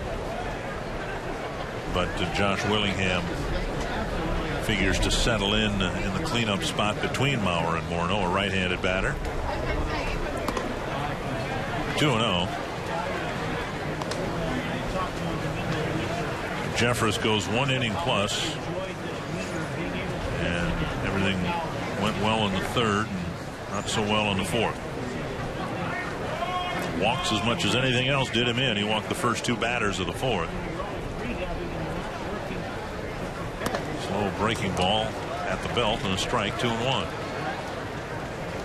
I really think this year, this is going to be one of those breakout years after the frustrating years. It just seems in every way, shape, and form like Justin Morneau.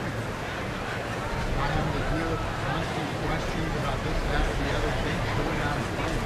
I think the WBC was over for Justin, who just loves playing for Team Canada. Hooked viciously foul over by the Toronto bullpen.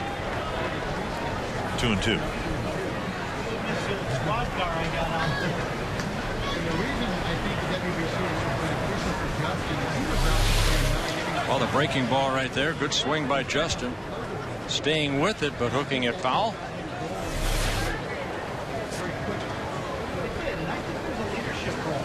Still nobody out here in the bottom of the 4th inning. At the house and bring the guys to hit street hockey.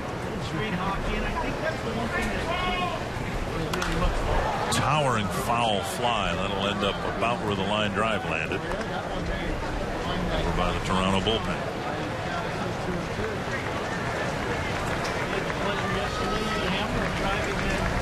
My great-grandfather's tractor. I was just glad I wasn't in the trunk. When you open it up and you got that. And so another 2-2 pitch. Get in the trunk. I said,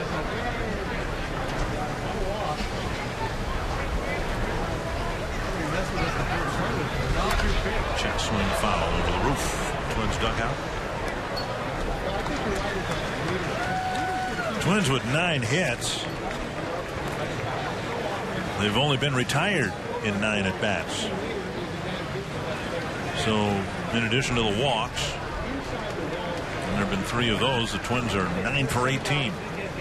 California high school math says that's right around 500.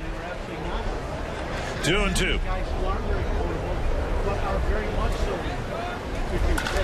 Driven deep, and that one is going to get out of here in a hurry. Wow. Off the second tallest palm tree. Great at bat for Morneau, and 2 more runs for the Twins.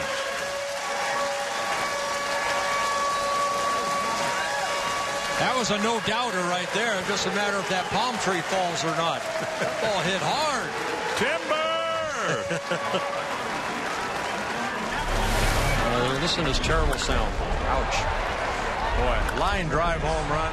No doubt about it. Twins up 12-4. 3rd home run for the Twins here this afternoon.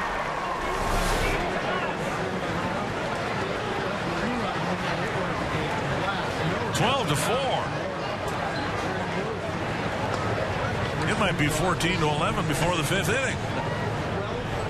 And here's Blue. See the smile. Like to see that. Justin Morneau.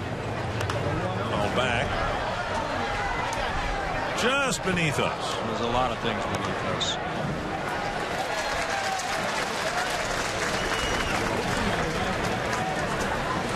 Young lady with kind of a catch. As a souvenir to take home. 1-0 to Plouffe. Or excuse me, 1-1, now 1-2. Now, those things are harder than rocks, yes, right? I mean, are. you can't even pound a nail into a palm tree, can you? It's up there someplace. More of the royal palm. You can get those. I can hang my Christmas lights on those. The royal palm, forget it. That's almost like a block of cement that goes straight up. I have about 4 of them in my yard. If they ever fall, forget it. Get out of the way. 2-2. Drill to center field, and that's over Rasmus's head. Hits the base of the center field fence. And Plouffe with a solid double to center field. Still nobody out in the bottom of the 4th. 7 men have reached. Good swing right there by Trevor Plouffe. Rasmus not playing deep enough over his head. One hopping the fence at 4:05. Saying he ought to start behind the batter's eye out there. Get him back. They're not deep enough. Here's Parmalee. All right, what's the difference between a royal palm and some of the other palms we got out there? Well, a royal palm is something that's more solid. Like if you go up McGregor toward the Edison home, Those are all royal palms all the way up. Okay. Very solid palm trees. And you These can bend a little bit. A royal palm will not. You actually put Christmas lights on a palm tree? I have no. That's a palm tree. I have no idea. One of my neighbors have one of those in their front yard. It's very pretty. 1-0 and a foul. Yes, I do. I put Christmas lights around my palm trees. Beautiful. They're not that tall, are they? They're getting there. For heaven's sakes, be not careful quite that getting tall. way. Okay. No, I don't go up all the way on these palms. I go up as far as my step ladder will allow me. And you just wrap Christmas lights around the trunk of a tree. No, all the way up. On line to center, and Rasmus makes the catch for the first out of the fourth inning. And it's got to be a blue spruce. Well, do you not hang Christmas lights at Christmas but time? on a spruce tree, on a pine tree, on a palm tree. Oh, beautiful. Here's Clement. It's the best time of the year. Light up your house. I have Mr. and Mrs. Claus waving at everybody. Do you really? Loose at second. There's an out now. And Clement, who's hit 2 ground balls to second, will try to get Plouffe in. Way out in front. Strike one.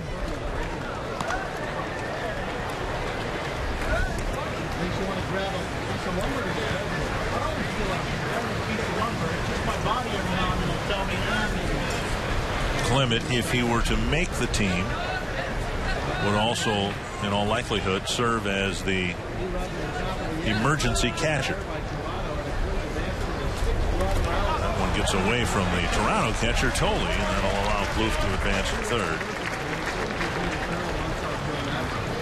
So a wild pitch getting Plouffe up a base. Yeah, we mentioned the other night, Clement actually the #1 pick by the Seattle Mariners back in 2005 out of USC, Southern California. His 3rd pick overall by the Mariners, came up as a catcher.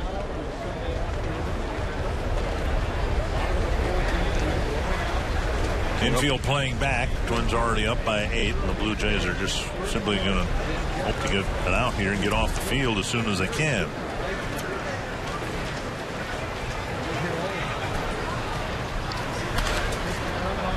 Knuckles into short left. Nice running catch by shortstop McCoy. That's the second out. Give Boggs a second plate appearance here in the fourth inning. 48, Brandon Boggs.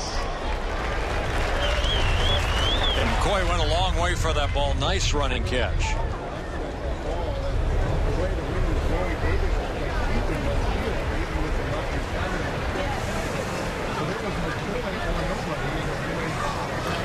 Boggs walked to start this inning about 45 minutes ago. Been a pitching change. A couple of walks followed by 5 hits, and there's a foul at the plate. Strike one.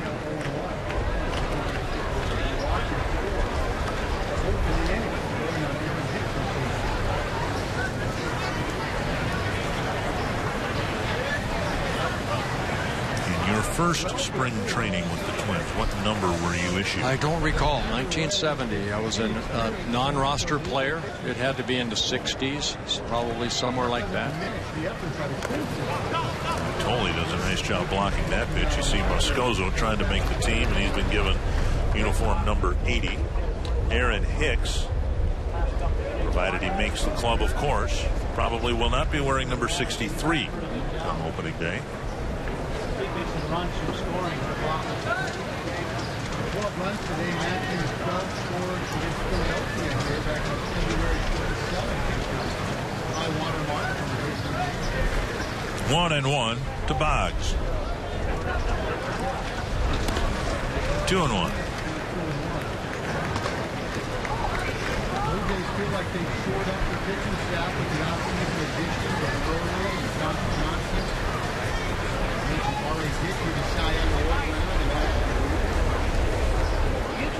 me, to see how R.A. Dickey does pitching in the dome in Toronto.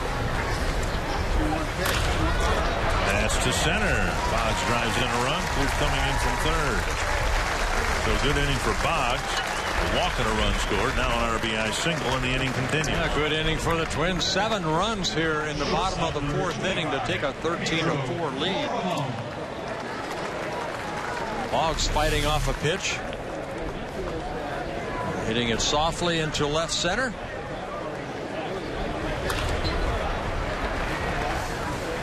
Picks up an RBI single. Florimone walked and scored earlier this inning. Ball 1.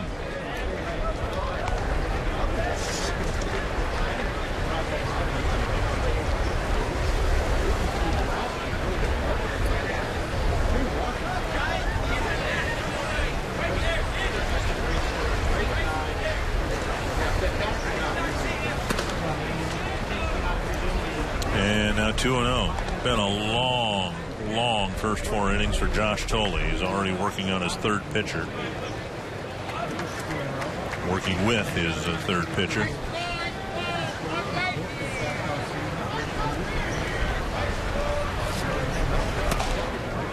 Fastball gets a swing and a miss. 2-1. It's probably not the afternoon that Jeff Kellogg, the home plate umpire, wanted to be behind home plate. It's John Gibbons.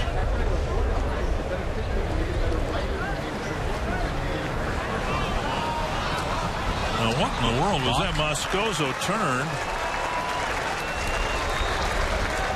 And nobody was holding him on, so it's a balk, advancing Boggs to second base.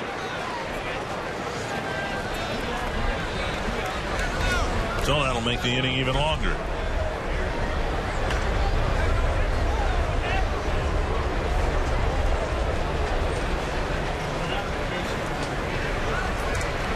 Two and 1 to Florimone.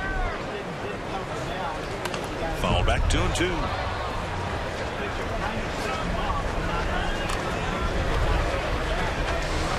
Whenever the game ends, then those guys have to get back on the bus and head up to Dunedin about 2.5 hours from here.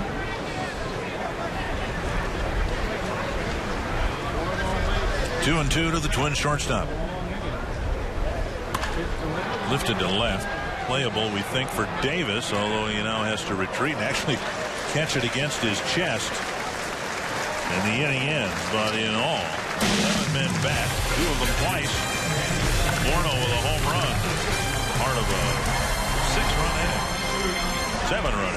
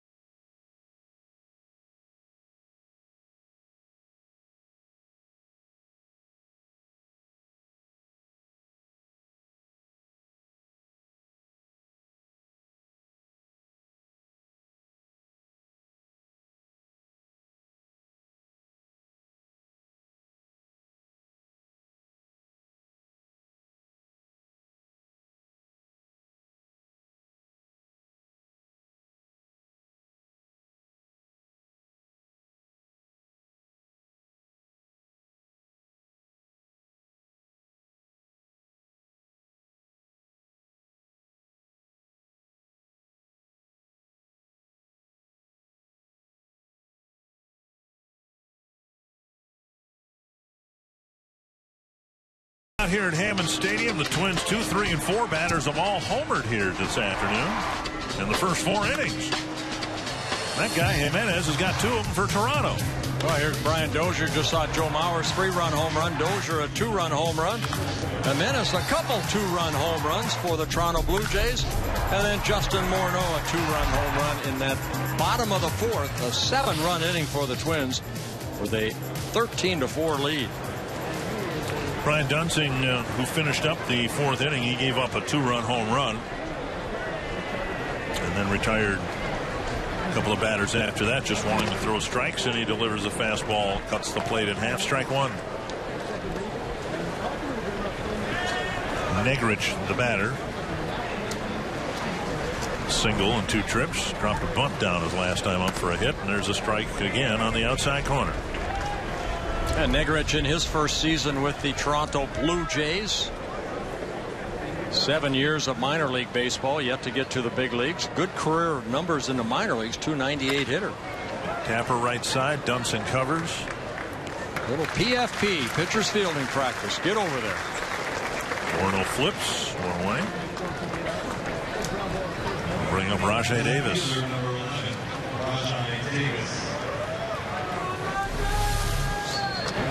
Ball hit to the right side. Pitcher's responsibility. Get over there, become the first baseman. Nice speed by Justin. And that's what you want. You want your first baseman to get it to you before you get to the bag, so it's not a bang-bang play where you're trying to find the bag and the ball at the same time. Ball 1 to Davis.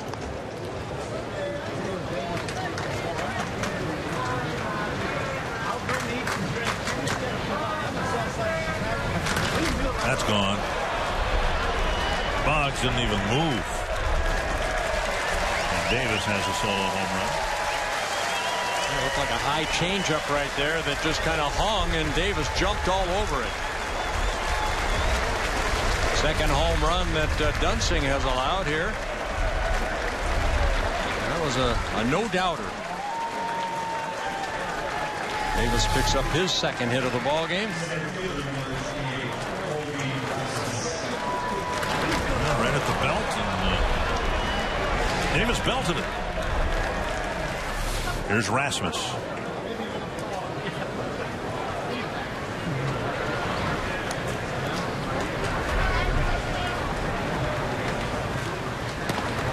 Off speed pitch over for a strike.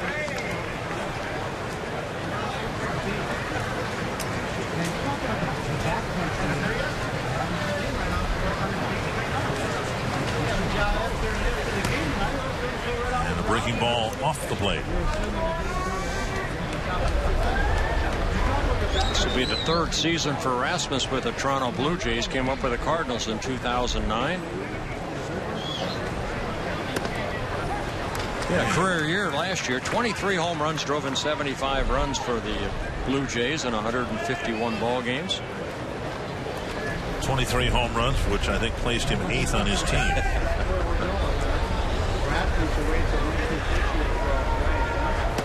And Rasmus strikes out number 2. Good breaking ball there. Good location.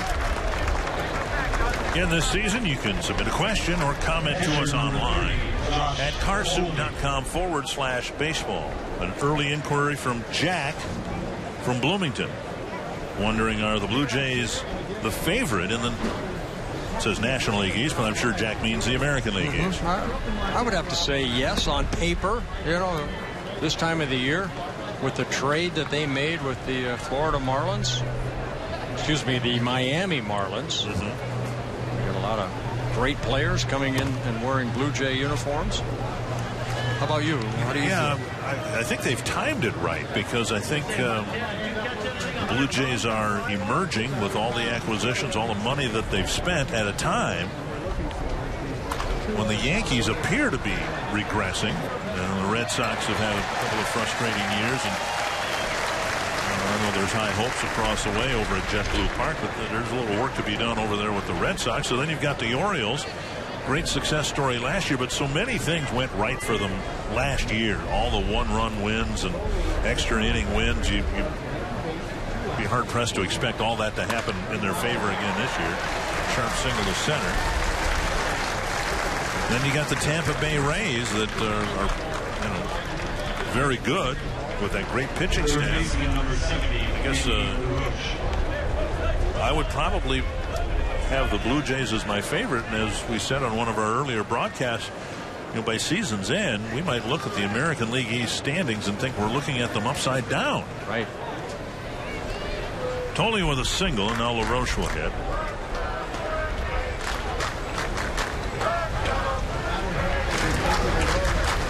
And if the Yankees finish in last place in the American League East, I think we can very soon after that look for the locusts to arrive. 40 days of rain.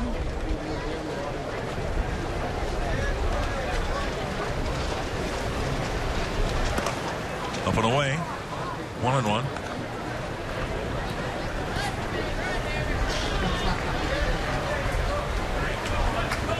In the American League Central, I can't think of anybody I've come across, talking to, or reading who hasn't picked the Tigers to be the prohibitive favorite in the division.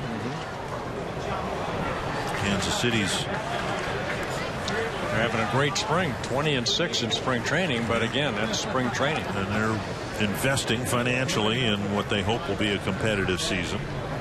The Indians have made some acquisitions, expensive ones they hope will make them contenders near second base. Florimone now retreats and backs into Dozier. Got to communicate, guys. Got to yell. And everybody's fine, but I'm guessing they won't be smiling so much. Someone will confront them in the dugout about that one. They're both fighting that sun. Inning ends, and it's 13-5.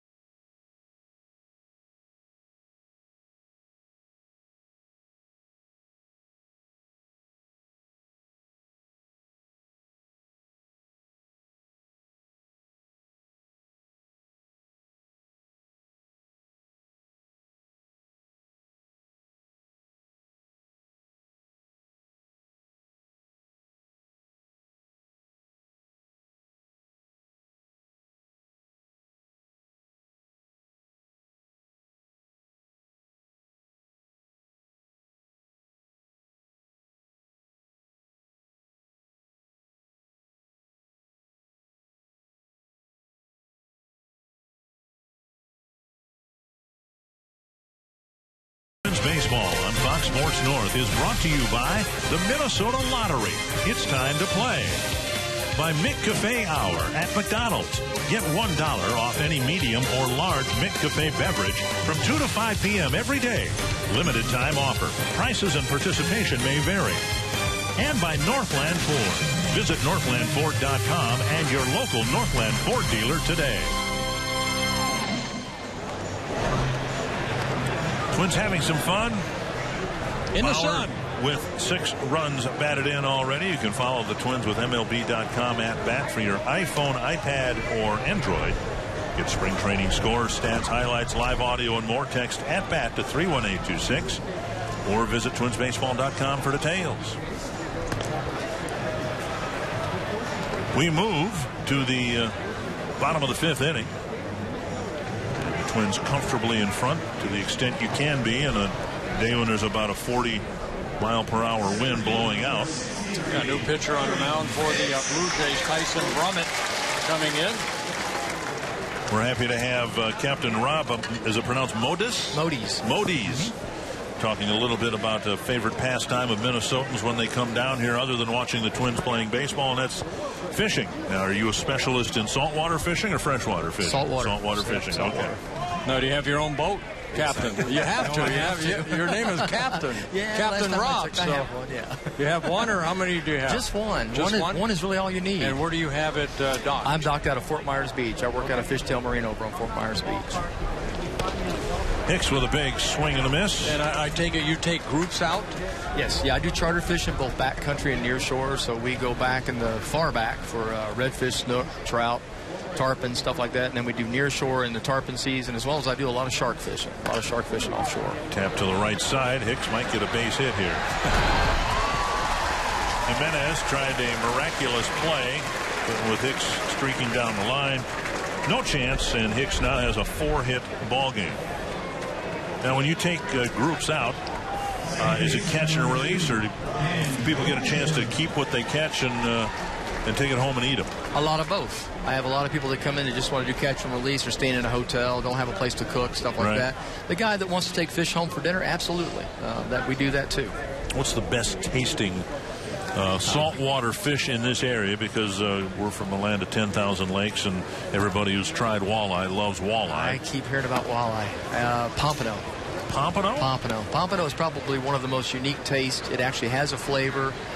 When introduced to a lot of people, they're really surprised by it. I equate it to in freshwater salmon. You know, salmon has that flavor that's distinct. If you eat it, you know exactly what you're eating. Pompano is the same way with saltwater fish. Double play grounder. Now, it seems like grouper. What about grouper?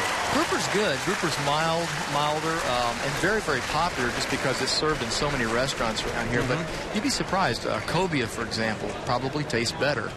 Triple tail is another delicious fish that we catch in the offshore waters, and those are ones you'll catch them on a menu every now and then, but really greatly overlooked as far as flavor is concerned. Okay, now manatees. When you take boats out, you go back, you said, into the channels and stuff, you see a lot of manatees? We do. Manatees, dolphins, a lot of wildlife. Our area is known for that, especially during this time of year. Right. Into the radio booth. Ron Coomer. Did he catch it? He better have caught that. Somebody's holding up a ball. Now, did he catch it, do you think, or did it catch him? I'm sure they probably, he tossed it down, which is nice. And Butera sends one to deep left field, and that's gone. Drew Butera goes deep. Well, that number 3 hole for the Twins, pretty nice place to hit here today. Mauer, 6 RBIs with a 3-run home run and a 3-run double. Butera in his first at-bat goes deep. I think it's his dad. His dad, Sal, is here, and it seems like every time Sal watches Drew play, he hits a home run. Remember in Philadelphia a couple of years ago. So here's Morneau. Now, I love eating shrimp, but apparently fish like eating shrimp too, because isn't shrimp one of the popular baits here? Pretty much. Everything eats shrimp. Yeah? Yeah, we use shrimp for all of our baits, things like that. Yep. All right. Well, our thanks to Captain Rob. Thank you. Captain Rob and Modis. Pleasure. And the Twins added another run on a Drew Butera home run.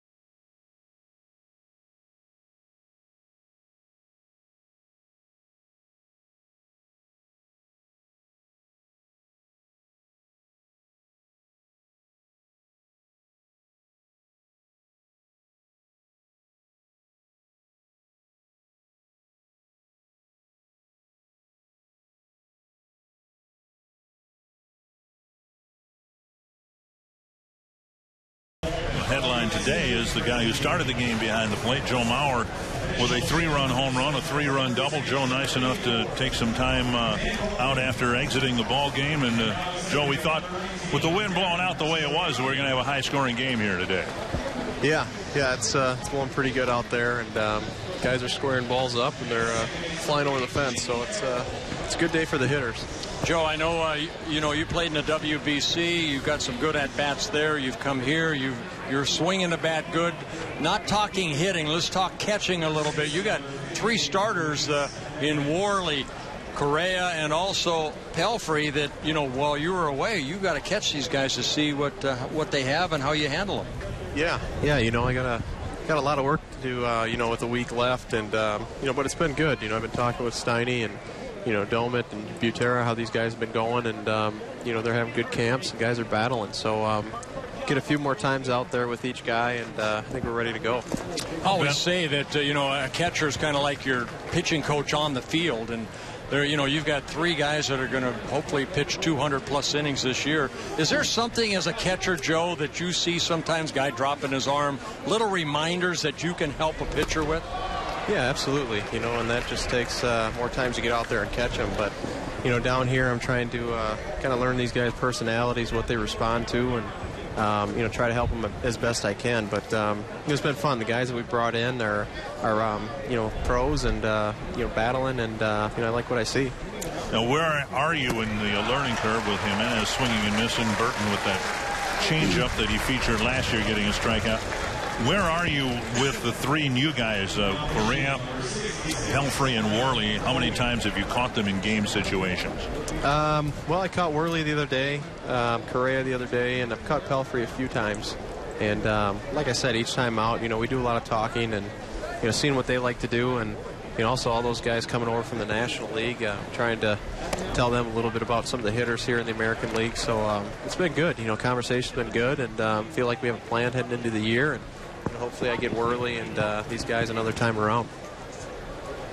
Now, that mainly A games, Joe, or will you go down to the B games and also catch them? Wherever. I had Pelfrey up in a AAA game in Sarasota the other day, and I haven't been to those ball fields in a long time, but it was good. I told the Gardy, wherever Pelfrey's going, that's where I need to go, and we had a good day up there. And hopefully I think these guys have one more start before the season starts, and hopefully I get them one more time. Might be a bit unfair to ask you this because you are just getting to know them, but of course Twins fans haven't seen these guys hardly at all. Let's start with Vance Worley, what type of pitcher he is. He has probably about 12 different pitches. He's got a lot of movement on his pitches. I think one stat a lot of the media have been focusing on is that he has a lot of called third strikes, and he's able to X the corners, and when you can do that as a pitcher with quality stuff, it's pretty tough to handle as a hitter. And then Mike Pelfrey, you said you had him in Sarasota the other day. Yeah, Pelfrey, he's got a heavy ball. The ball gets on you pretty good. He's coming off of Tommy John, but he's got a lot of good stuff to work with. He has been on the mound for 11 months, until camp, so he's still getting out there trying to feel his pitches, but I think he's doing a great job. He's probably far ahead of where he should be. And then Kevin Correa. Kevin's another one of those guys kind of similar to Worley. He's got a lot of different pitches, and he can do a lot of different things. With all those guys, it's my job to figure out what they're doing well that day and go with that. But I was really impressed with Kevin, how he handled the running game. Obviously you don't want runners on, but changing his looks, giving the catchers an opportunity to throw, and keeping those base runners a little closer to the bags makes a big difference. We had Terry Steinbach on with us yesterday, and Dick, you interviewed him about that you had stayed back, Joe, to work on your throws to second a little bit. Is that something that, this time of the year you just want to fine-tune? Yeah, just trying to take advantage of an off day. I went to the WBC, and I was kind of living out of a suitcase for 2 weeks, but it's a wonderful experience. I was really pleased and happy to get in those game-like situations there, but you also got to get your work in and make sure everything's ready to go once opening day starts. Joe, we appreciate the time. Twins aren't sure, or at least they haven't named yet their opening day starter. We know who the opening day catcher is going to be, and we thank Joe Mauer. Thank you, Joe. Thanks, guys. Appreciate it.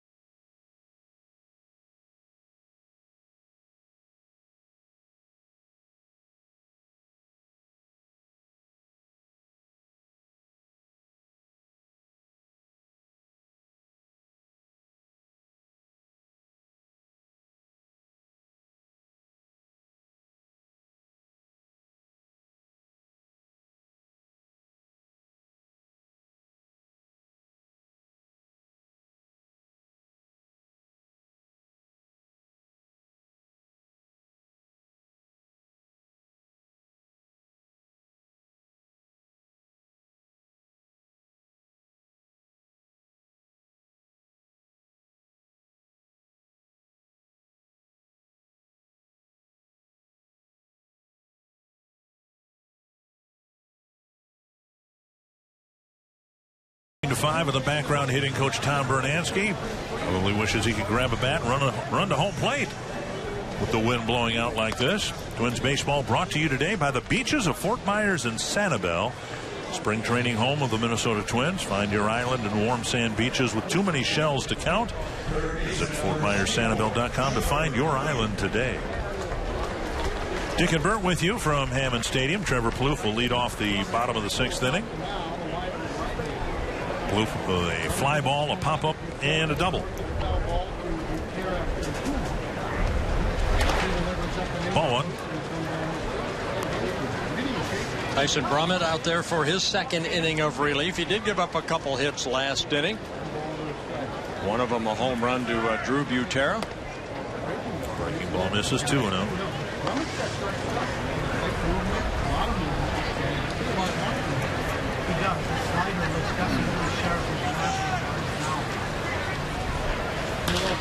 Fly ball to left. Wind will push that out near the track, and in fact on the track. Davis tracks it down. 1 down. I think of all the fly balls that were hit, that one displayed exactly how that ball is carrying here this afternoon. Wow. That looked like just a medium fly ball to left field, and Davis caught it on the track. Unbelievable. Sounded like it might have cracked his bat, and it still carried almost 400 feet. 1 down. Here's Parmalee.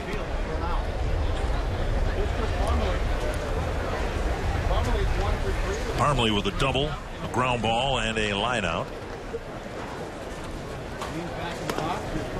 Down and in, ball 1. We were talking about earlier about the trip What you're looking at today, the number 5 and number 6 hitter might very well be, come opening day, number 7 and number 8 hitter. Nice play by Brummett. 2 down. And this copyrighted telecast presented by the authority of the Minnesota Twins. It may not be reproduced or retransmitted in any form. And the accounts and descriptions of this game may not be disseminated without the express written consent of Minnesota Twins, LLC. 2 down, quickly in the 6th. That'll bring up Clement. You know, you look at the Twins batting order, and it in all likelihood will start with Hicks, Dozier, Mauer, then Willingham, Morneau, Domit, and then maybe Plouffe, Parmalee. And I guess, you know, we've seen Plouffe and his ability to hit home runs when things are feeling good. Twins expect that from Parmalee. The Twins are probably potentially going to have a little more pop way down on the bottom of the order. They won't get much from Florimone if he's hitting 9th, but the 7th and 8th spots in the batting order might have more power than the Twins have had for quite some time. Let's hope that happens. 1 and 2 to Clement. 2 and 2. Yeah, that's what we're talking about right there.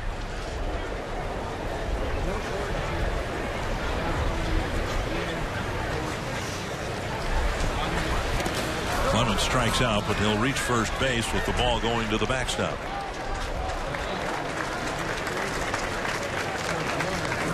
ISO up here, and I was looking at that rather than the game, but there's the lineup you were talking about, Dick, the possible opening day lineup. So you look at the switch hitter Domit, and then Parmalee, Plouffe, and Florimone. And I think that's one of the reasons why you look at those names, and there's some encouragement from the front office that, you know, this lineup can be a very productive one. And the challenge, of course, is the pitching staff going to be improved over the last 2 years. Strike 1 to Brandon Boggs. And, you know, we can talk about it all we want, but they have to go out and do it. The new additions to the staff, they need to go at least, hopefully, average 7 innings if they can. Take the wear and tear off of some very good arms out of that bullpen for the Twins. Give them a chance to win. You know, in that rotation, there's not a Verlander, there's not a Santana, there's you know, a bunch of guys. Worley maybe the most accomplished or the more sure thing, if you will, of the group, the tap or foul. In the case of Kevin Correa, I don't think the Twins have any illusions of him doing anything more than what he's done, which has been a double-digit winner last 4 seasons. And you know, an ERA in the 4s. Now, Joe brought up an interesting point. All these guys are coming over from the National League, so you wonder whether that's going to be a challenge for them, pitching to a designated hitter in a lineup rather than a pitcher. So I always looked at it as an advantage to me, because also these hitters do not know me. So if I can make my quality pitches, I'm going to have the advantage as a starter over, say, someone that I've seen 5, 6, 7 times, if not more, at bats.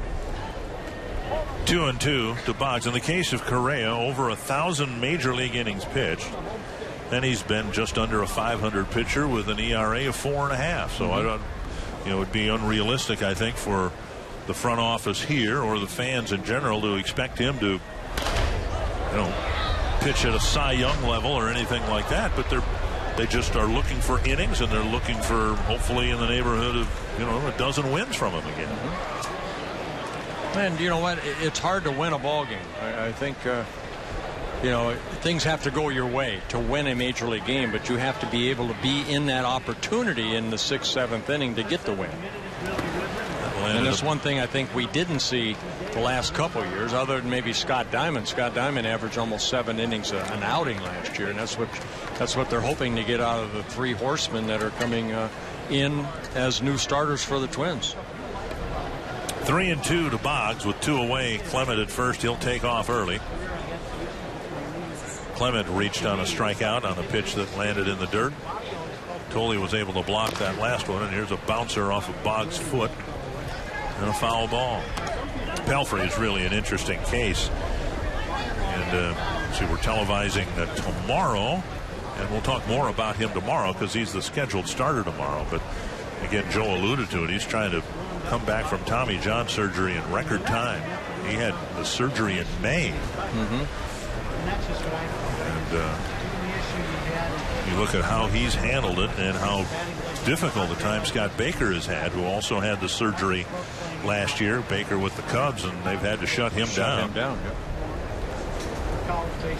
3-2 to Boggs. Runner goes, and the pitch tapped foul again.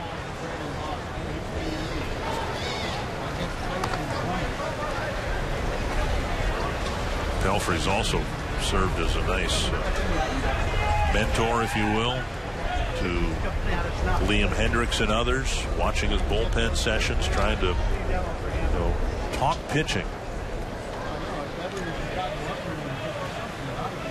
Full count. Bounce to the right side.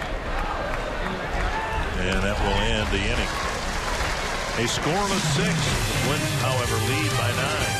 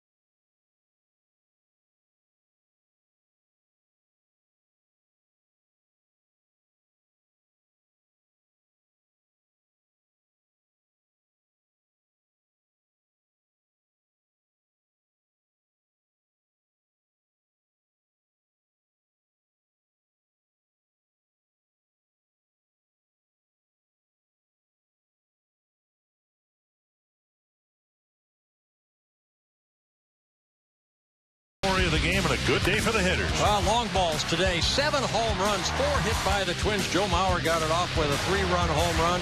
Jimenez for the Toronto Blue Jays, 2-run home runs. Ryan Dozier with a 2-run home run. There's Jimenez again, another 2-run home run. Justin Morneau, a line drive home run over that right field fence, but knocked that palm tree down. And then Davis for the Blue Jays. And then how about Drew Butera getting an airborne? Twins have a 14-5 lead. And a lot of changes in the field. We'll start on the mound. That's Josh Renicky, the new Twins pitcher, a right-hander, hoping to make the club a waiver claim from the Rockies organization. And a strike that shaves the inside corner. Yeah, there's Renicky, 30 years old, originally signed by the Reds. He came up with the Reds, also spent some time with the Toronto Blue Jays in 2009 and 10. Last couple years with the Colorado Rockies. Control a bit of an issue for Renicky. 158 in the third major league innings with 81 walks.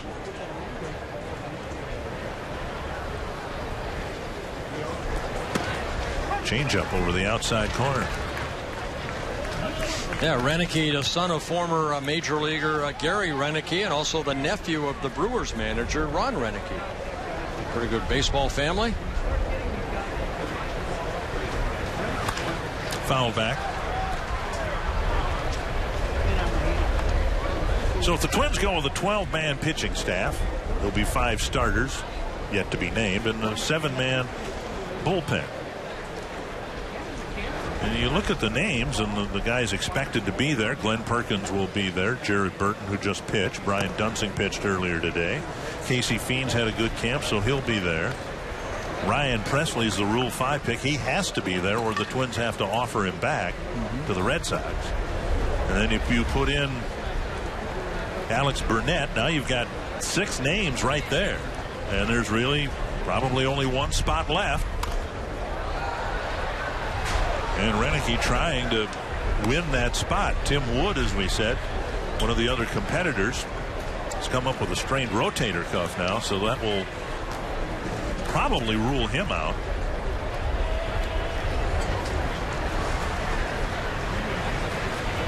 Kind of the movie Dumb and Dumber, you know. What's the chances of you and I going out? There's 1 in a million. You say there's a chance. You're that's saying all. There's a chance. There's a chance. And that's the way you look at the spring training going into the final week. Each outing very, very important for a young man like Josh Renicky. Had a good year last year with the Colorado Rockies. 63 relief appearances. Very good. 3.25 ERA. 4-2 out of their bullpen.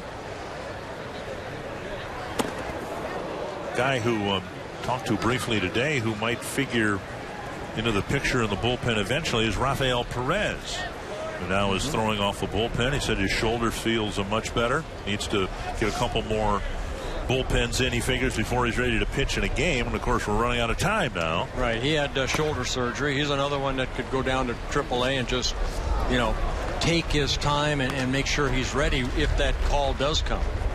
And Renicky ends up walking the first batter he faces. Wolves Weekly is your all-access pass to the Minnesota Timberwolves. Tune in each week for an inside look at happenings on and off the court. Watch Wolves Weekly Tuesday at 9:30 on Fox Sports North. And of course, as we discussed, names for the bullpen, and if we've got 6 spots already filled up, then you have to allow for the fact that some of the starter candidates, and Walters might be among them. What do you do with them? Do you have a long man out of the bullpen? Is Walters capable of doing that? If DeVries doesn't win a starting spot, is he a reliever? Liam Hendricks? Or do you send them to Rochester to take their turn in the rotation so that if you have some needs up here later on, you've got guys who are ready to fill in the rotation? These are all questions that you're asking that Ron Gardenhire and his staff, along with the front office personnel, will try to figure out. See, I want you to answer that.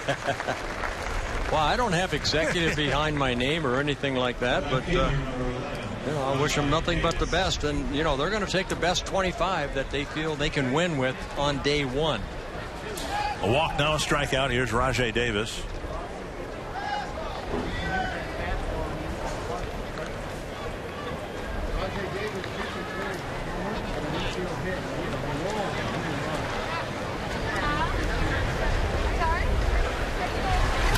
Bouncer toward the hole. Florimone has it go off the tip of his glove. It'll be a base hit. Would have been a tough challenge getting either the force at second of goes or virtually no chance of throwing Davis out. So it's not an infield hit, I guess, but a scratch hit. Yeah, that's about the only play he would have had, and that's try to get that goes going into second base, because Davis too quick down that line.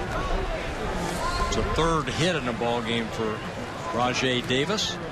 This was a bit of a different spring training for me because I started off doing some games on radio, and over the course of one of the radio broadcasts, I think it was against the Cardinals, came across a note that last year, and the Cardinals had a good year, a winning season. They had 12 different pitchers. No, it was the Baltimore Orioles. 12 different pitchers picked up a win for them last year. Now that just seems like a really high number, and the Orioles had a charmed season, where things broke right, and they still had 12 different guys in the win column. Doesn't that seem like a high number to you? No. It doesn't. No, because you usually carry a 12-man staff, and you would think that everybody throughout the year would at least get a victory. Now, if you said 15, 16, then that would probably be a little bit more realistic. But 12, you carry 12, 13 pitchers. Yeah. You just figure for a team that got into the playoffs, they had a pretty, well, I guess they didn't have a stable rotation. They had a lot of injuries last year. 3-0 now to Rasmus. Sliced foul.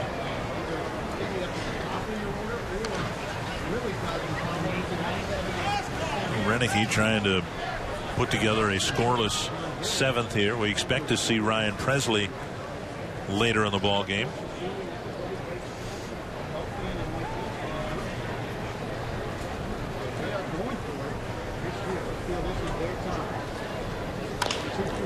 Pop-up, short left center field.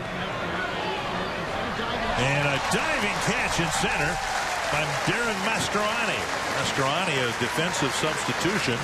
Hicks is out of the ball game, and a fine catch by a guy who will probably be the fourth outfielder for the Twins. Yeah, with the wind blowing out, of course, the outfielder's playing a little bit deeper, and the way that Rasmus hit that ball looked like he hit it a little bit further than with big swing. Mastroianni comes in, and the ball just didn't really get to him, so he had to dive. That makes a nice catch. So the other changes in the field for the Twins. Ray Olmedo is at third base. Jamie Carroll's at second. And Dan Rolfing is at first. And we identified Drew Butera as the catcher earlier.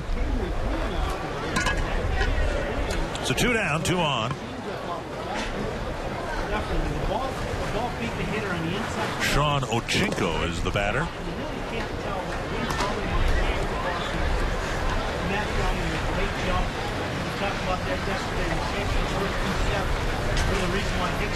Used to be a Bob Ochinko, but left-handed pitcher. This is spelled differently.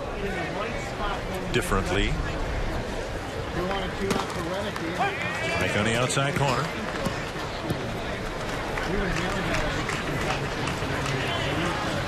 I did a Q&A with Gary and Tim Ryan back and forth with Gary. We were talking about him, how he's doing, and he said nervous, and I said, what are you nervous about? To first, and Rolfing makes a nice play, goes to the bag, and it's a scoreless seventh inning. Still in front by 9.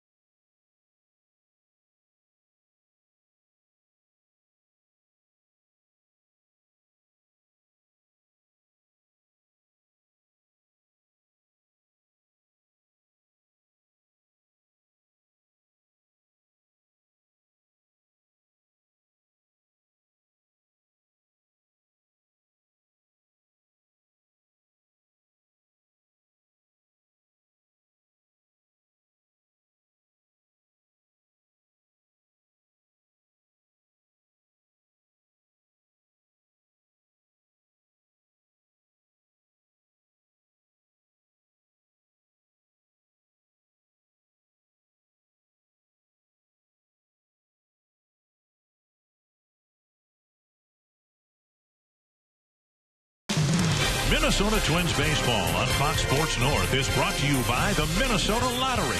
It's time to play. By Toyota. Let's go places. To find your nearest Toyota dealer and check out our current offers, visit buyatoyota.com. And by Sanford Orthopedics and Sports Medicine for the everyday competitor in all of us. Had one of those watching my backswing a couple of weeks ago. Was too close to the water, I knew that. Again. It's been a busy weekend for the Gopher hockey and basketball teams. Up to the men tonight. And the Gopher women hockey team playing for the national championship here shortly. Trying to get into the Sweet 16, aren't they? The men basketball team, yes. So don't miss your chance to stay up to date. Check out stories and highlights on all the action at foxsportsnorth.com. Pedro Florimon will lead off the Twins' 7th inning. Darren Mastroianni will hit next. And Florimon takes a strike. Aaron Loup, the left-hander, sidearmer coming into the ballgame for the Toronto Blue Jays. He was out of that bullpen last year for the Blue Jays, 33 relief appearances. Fastball inside.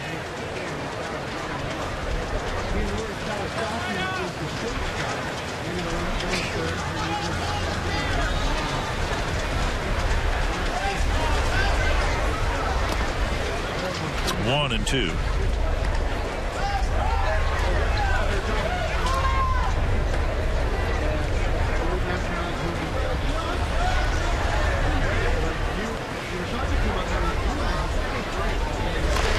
Fouled off his front leg, and that buckles Florimon.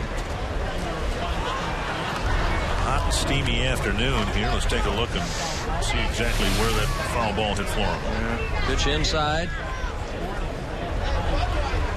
Top of the foot. And the instep.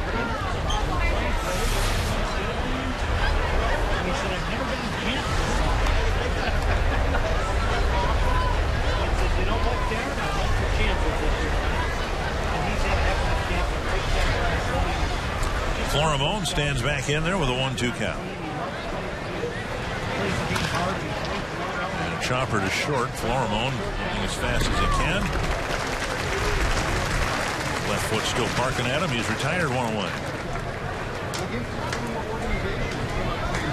Again, the regular season starts 1 week from tomorrow. A mid-afternoon game against the Tigers. Tuesday, an off day. At least we hope it is. We hope there are no weather issues. The last forecast I saw for the Twin Cities area, partly cloudy, mid-40s for opening day. Then a presumed off day on Tuesday. Another mid-afternoon game on Wednesday, and then a noon game on Thursday, and then the Twins head out on the road. Mastroianni is to be with the Major League club. And swing and a strike, 2 of them now.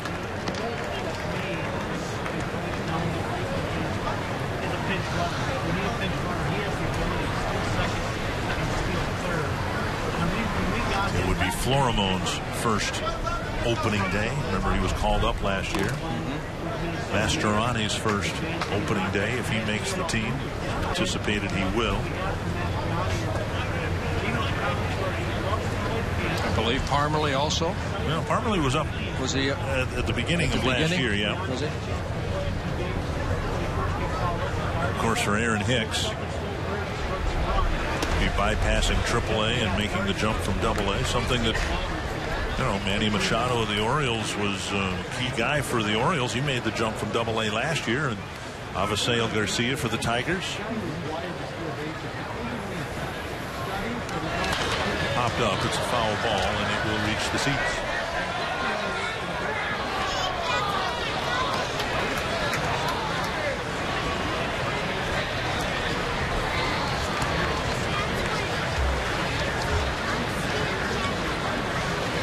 Mastroianni with a 1-2 count.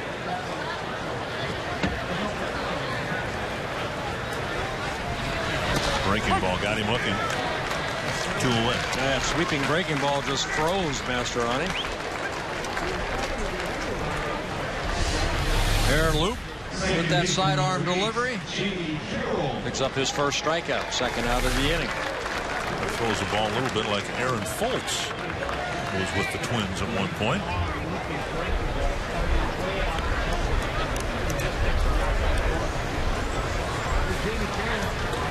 Carroll at the plate, and he takes strike one.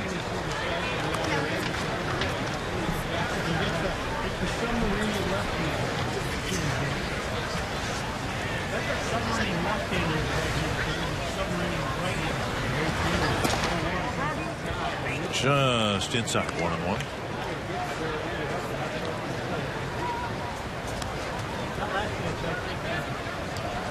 On a long camp. I think everybody in that dugout is ready to get a season started, whether it's at with the big league club or the AAA club.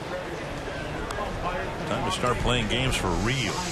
Well, these spring training games up until opening day on April 1st are still important to a lot of these players. And, we saw Joe Mauer today. Even though Joe, he's going to be the everyday catcher. Have a great day at the plate. Justin Morneau, good at-bats. Right there, Jamie Carroll, first at-bat, delivers a base hit. 15th hit for the Twins. Pitch inside, got the barrel of the bat on it and hit it hard to the opposite field, it looked like. And one thing about Jamie Carroll, he's always been a very good hitter. And right there, just not trying to do too much. Pitch down, lines it into right field.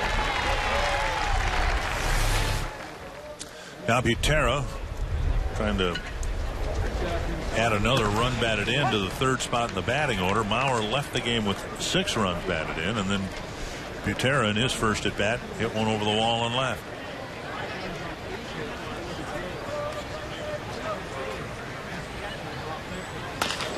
Chopper to short.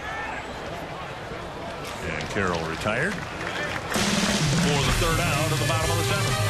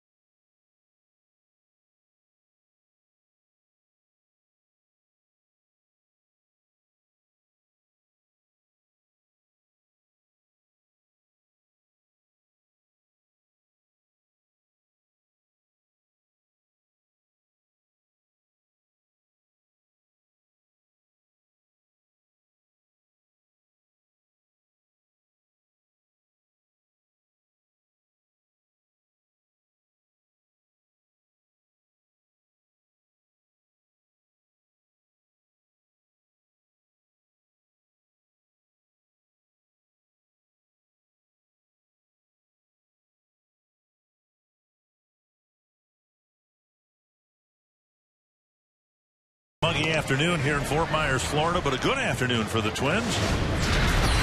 Spring training continues. And a week from today, the Twins will be back in Minnesota, getting ready for the start of the regular season on Monday afternoon at Target Field. First time, of course, that the Twins have opened a season at home since they moved back outdoors. Andy LaRoche will lead things off in the 8th.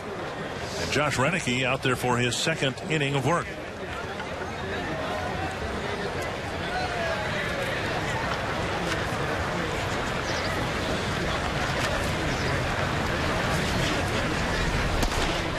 And a fastball over, strike 1.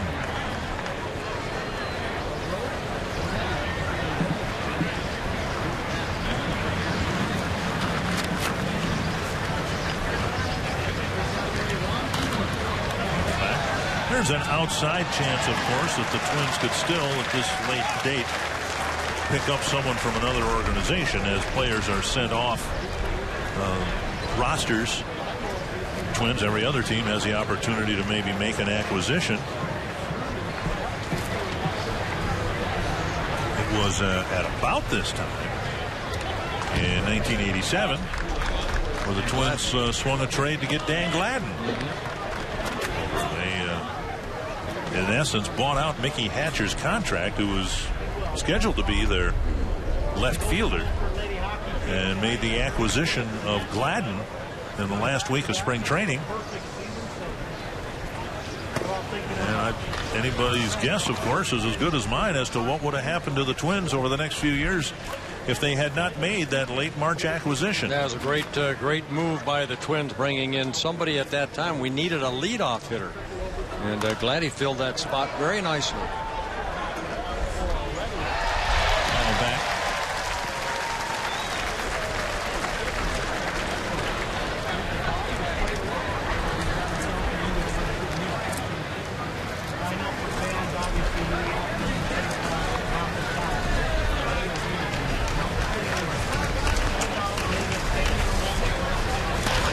Rolled to the right side.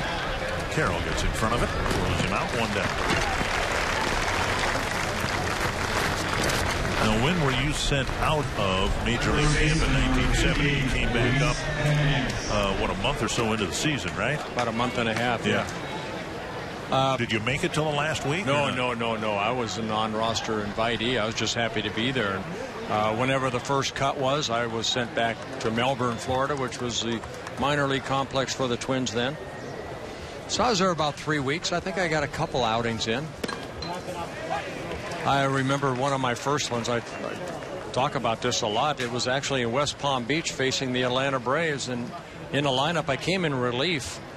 And the first guy got a base hit. I remember, I think it was Ralph Garr. Next guy was a guy named Hank Aaron. Hit into a double play, Dick. Wow. And I was sitting on that 10-inch mound. I felt like it was a 10-foot mound at the time. And the next batter was Rico Cardi. I hung him a curveball, and he hit it about 400 feet into the night. And that 10-foot mound I was on brought me back to 10 inches again.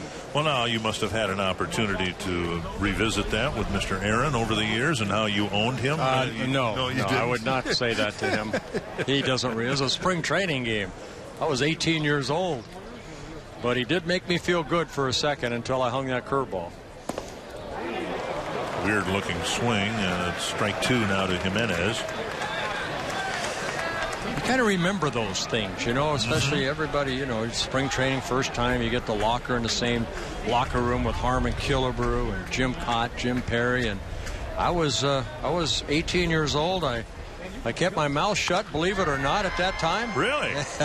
And I listened. Both ears were wide open. Mastroianni retreats near the warning track for out number 2.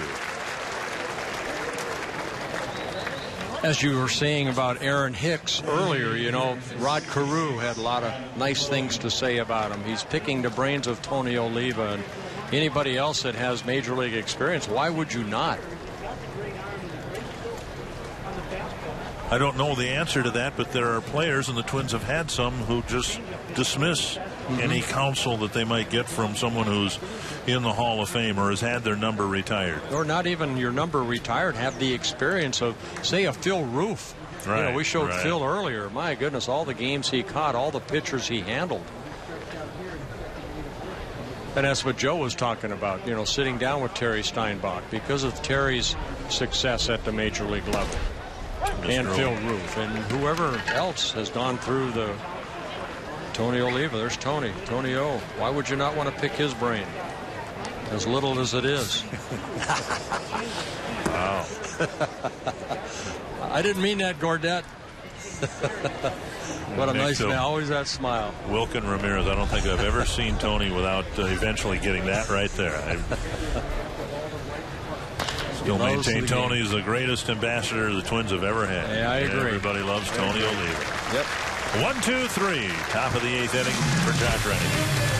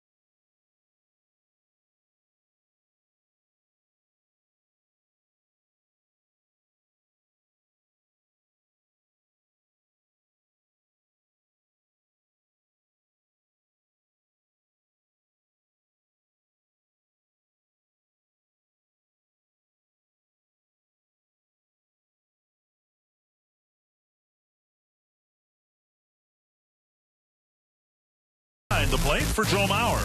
Well, Joe Mauer in the first inning got the offense going. A big 3-run home run for Joe Mauer. That gave the Twins an early 3-0 lead. And then with bases loaded in the fourth, Joe Mauer emptied the bases with a 3-run double. 6 runs batted in this afternoon by Joe Mauer. Nice day at the plate. 15 hits overall for the Twins. 14 runs. Makes your manager smile. And TC. A refreshing burst of water from TC. Dan Rolfing still in camp, still hoping to win a spot as a utility player for the Twins. He's a catcher. We've seen him at first base, and we saw him in the outfield toward the end of yesterday's game. And he'll get a chance to hit here in the bottom of the 8th. John Stilson on the mound for the Blue Jays in his first relief appearance here. Stilson just 22 years old, just signed a couple of years ago by the Blue Jays.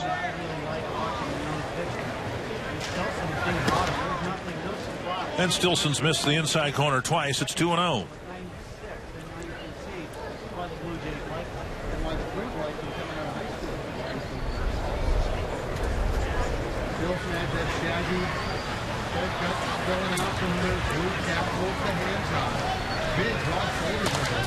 There's a fastball and a strike clocked at 97 miles per hour. And TC posing for pictures, signing autographs. Ooh, nice catch. Stilson picks that one off his ear. And Rolfing's retired, 1-1. Total of 7 Twins spring training telecasts. We've got another one coming up tomorrow. You and I will be working with Al Hraboski tomorrow. That'll be fun. The mad Hungarian. And then Thursday, he's not that mad anymore. And then on Thursday, he's gotten over it. Thursday, we're working a combined broadcast with our good friends at Nesson, Don Orsillo and Jerry Remy. And that'll be Thursday night over at JetBlue Park. It's one of the ironies of this year's TV schedule. Is we're actually, at least I am, doing 3 games over at Boston's, 3 telecasts over at Boston's Park, and only 2 of them here. This will be my first over at JetBlue. Have you seen a game over there? No, I have not. Looking forward to seeing it. I've driven by. Maybe they'll let me in on Thursday night. Why, you have credentials, don't you? Yes. I didn't have credentials before. They wouldn't let me in. You're a Hall of Famer. You could. I don't care. They don't care. Need a pass. Well, it is. There was somebody there with, that said that they were the guard. Really? Yeah. So they have one of those lapel microphones that they could talk into. Yeah. Then Something you know in their ear. Then you know they're important if they've got one of those. This is Ray Almedo. He was asking me all about you today when you were out on the field and we were getting ready to do our open. He was? Yeah. Anything good? Did you say anything good? I did answer all his questions, though, about who you played for. Yeah, who is he? Who's that old guy that you work with? 2-2 to Almedo. Parmalee will hit next.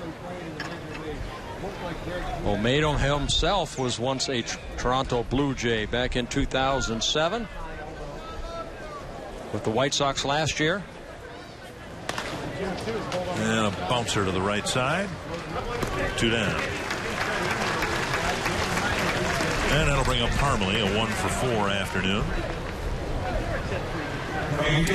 Because Justin Morneau and, for that matter, Chris Colabello were both out of camp with the WBC, Parmalee saw more time at first base than anyone would have preferred, but the Twins were a little short of first baseman. But now I'm guessing in the last week here, when he plays, it'll be out in right field, as the Twins want him to feel as comfortable as he can out there.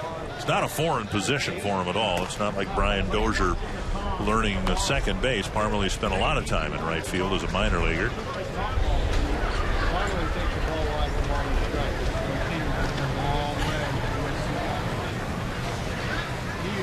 1-0 to Parmalee. Lifted to left. And that wraps up the inning.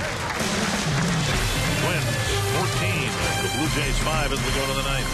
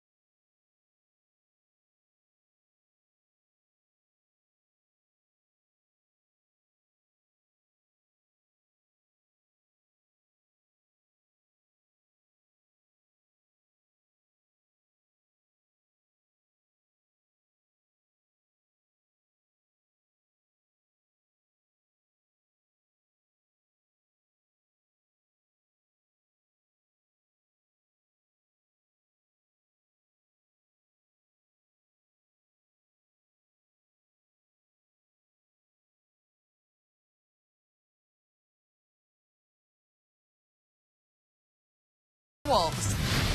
The Wolves encounter a beast from the east as they collide with all-star Joakim Noah and the Bulls.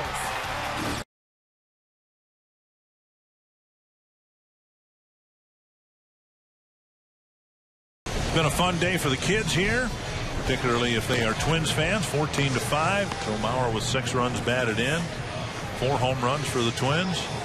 And we go to the ninth inning, and we will get our first look at prospect Bruce Pugh. Yeah, Pugh signed by the Twins, 19th round pick in the 2008 draft. Hillsbury Community College here in Florida. Been a closer in the minor leagues the last few years. Picked up 14 saves last year between Fort Myers and New Britain. And some intriguing numbers last year. Total of 69 and 2/3 innings pitched last year, and only 55 hits and 31 walks and 72 strikeouts. So we'll see how Pugh does here in the ninth inning, as he hopes to leave an impression here, just added to the game roster. That's a good start. Well, that ought to take care of the Butterflies. 1 away. 1 pitch, 1 out. And on a long, hot, muggy afternoon, that'll win some points in the dugout. Both of them. Here's Aaron Munoz.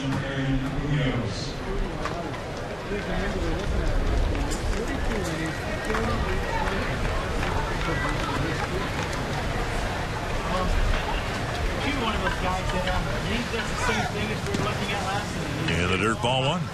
Yeah, you see with all the strikeouts and the fact that he was a closer for 2 different teams, suggests that we need to keep an eye on Pugh over the course of this season. That one hooked a little bit.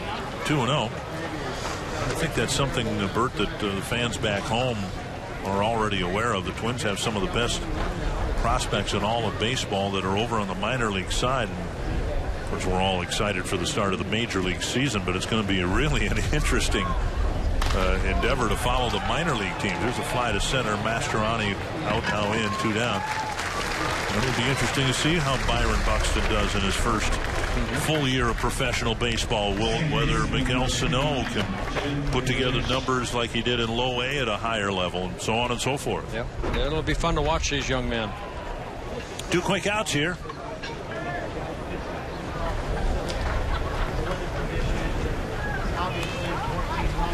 Jim Hegrich, the batter. Or Negrich, I should say. And there's a first pitch strike.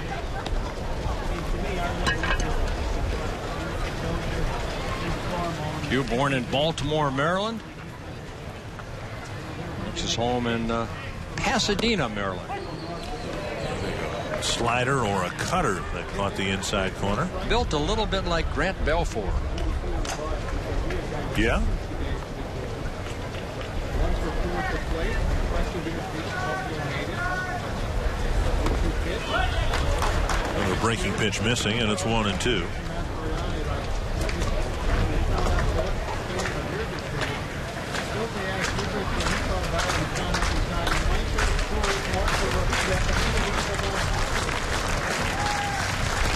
Full foul. Just 2 meetings this year between Toronto and Minnesota in spring training. Mentioned the Twins about a month ago went up to Dunedin and beat the Blue Jays there. Twins go to Toronto in early July. They don't come our way until September. Yep. And that's it. That's one thing that's different about this year's schedule. Outside of your division, you'll go to each city once in the American League and once only. So when we go to Baltimore, first road trip, then we won't go back. And same too for other non-divisional cities. 2-2. And that's up the line. Stay and fair. A fair ball. Good inning for Pugh. Good ball game for the Twins as they thump the Blue Jays 14-5. Nice win. Nice win for the Twins. Of course, the wind blowing out. 7 home runs, 4 hit by the Twins. They took the early lead and held on to it. And the Twins have the Cardinals coming to town tomorrow. We'll say goodbye a little bit later on. We'll bring you more from Hammond Stadium here in a moment with the Twins winning 14-5.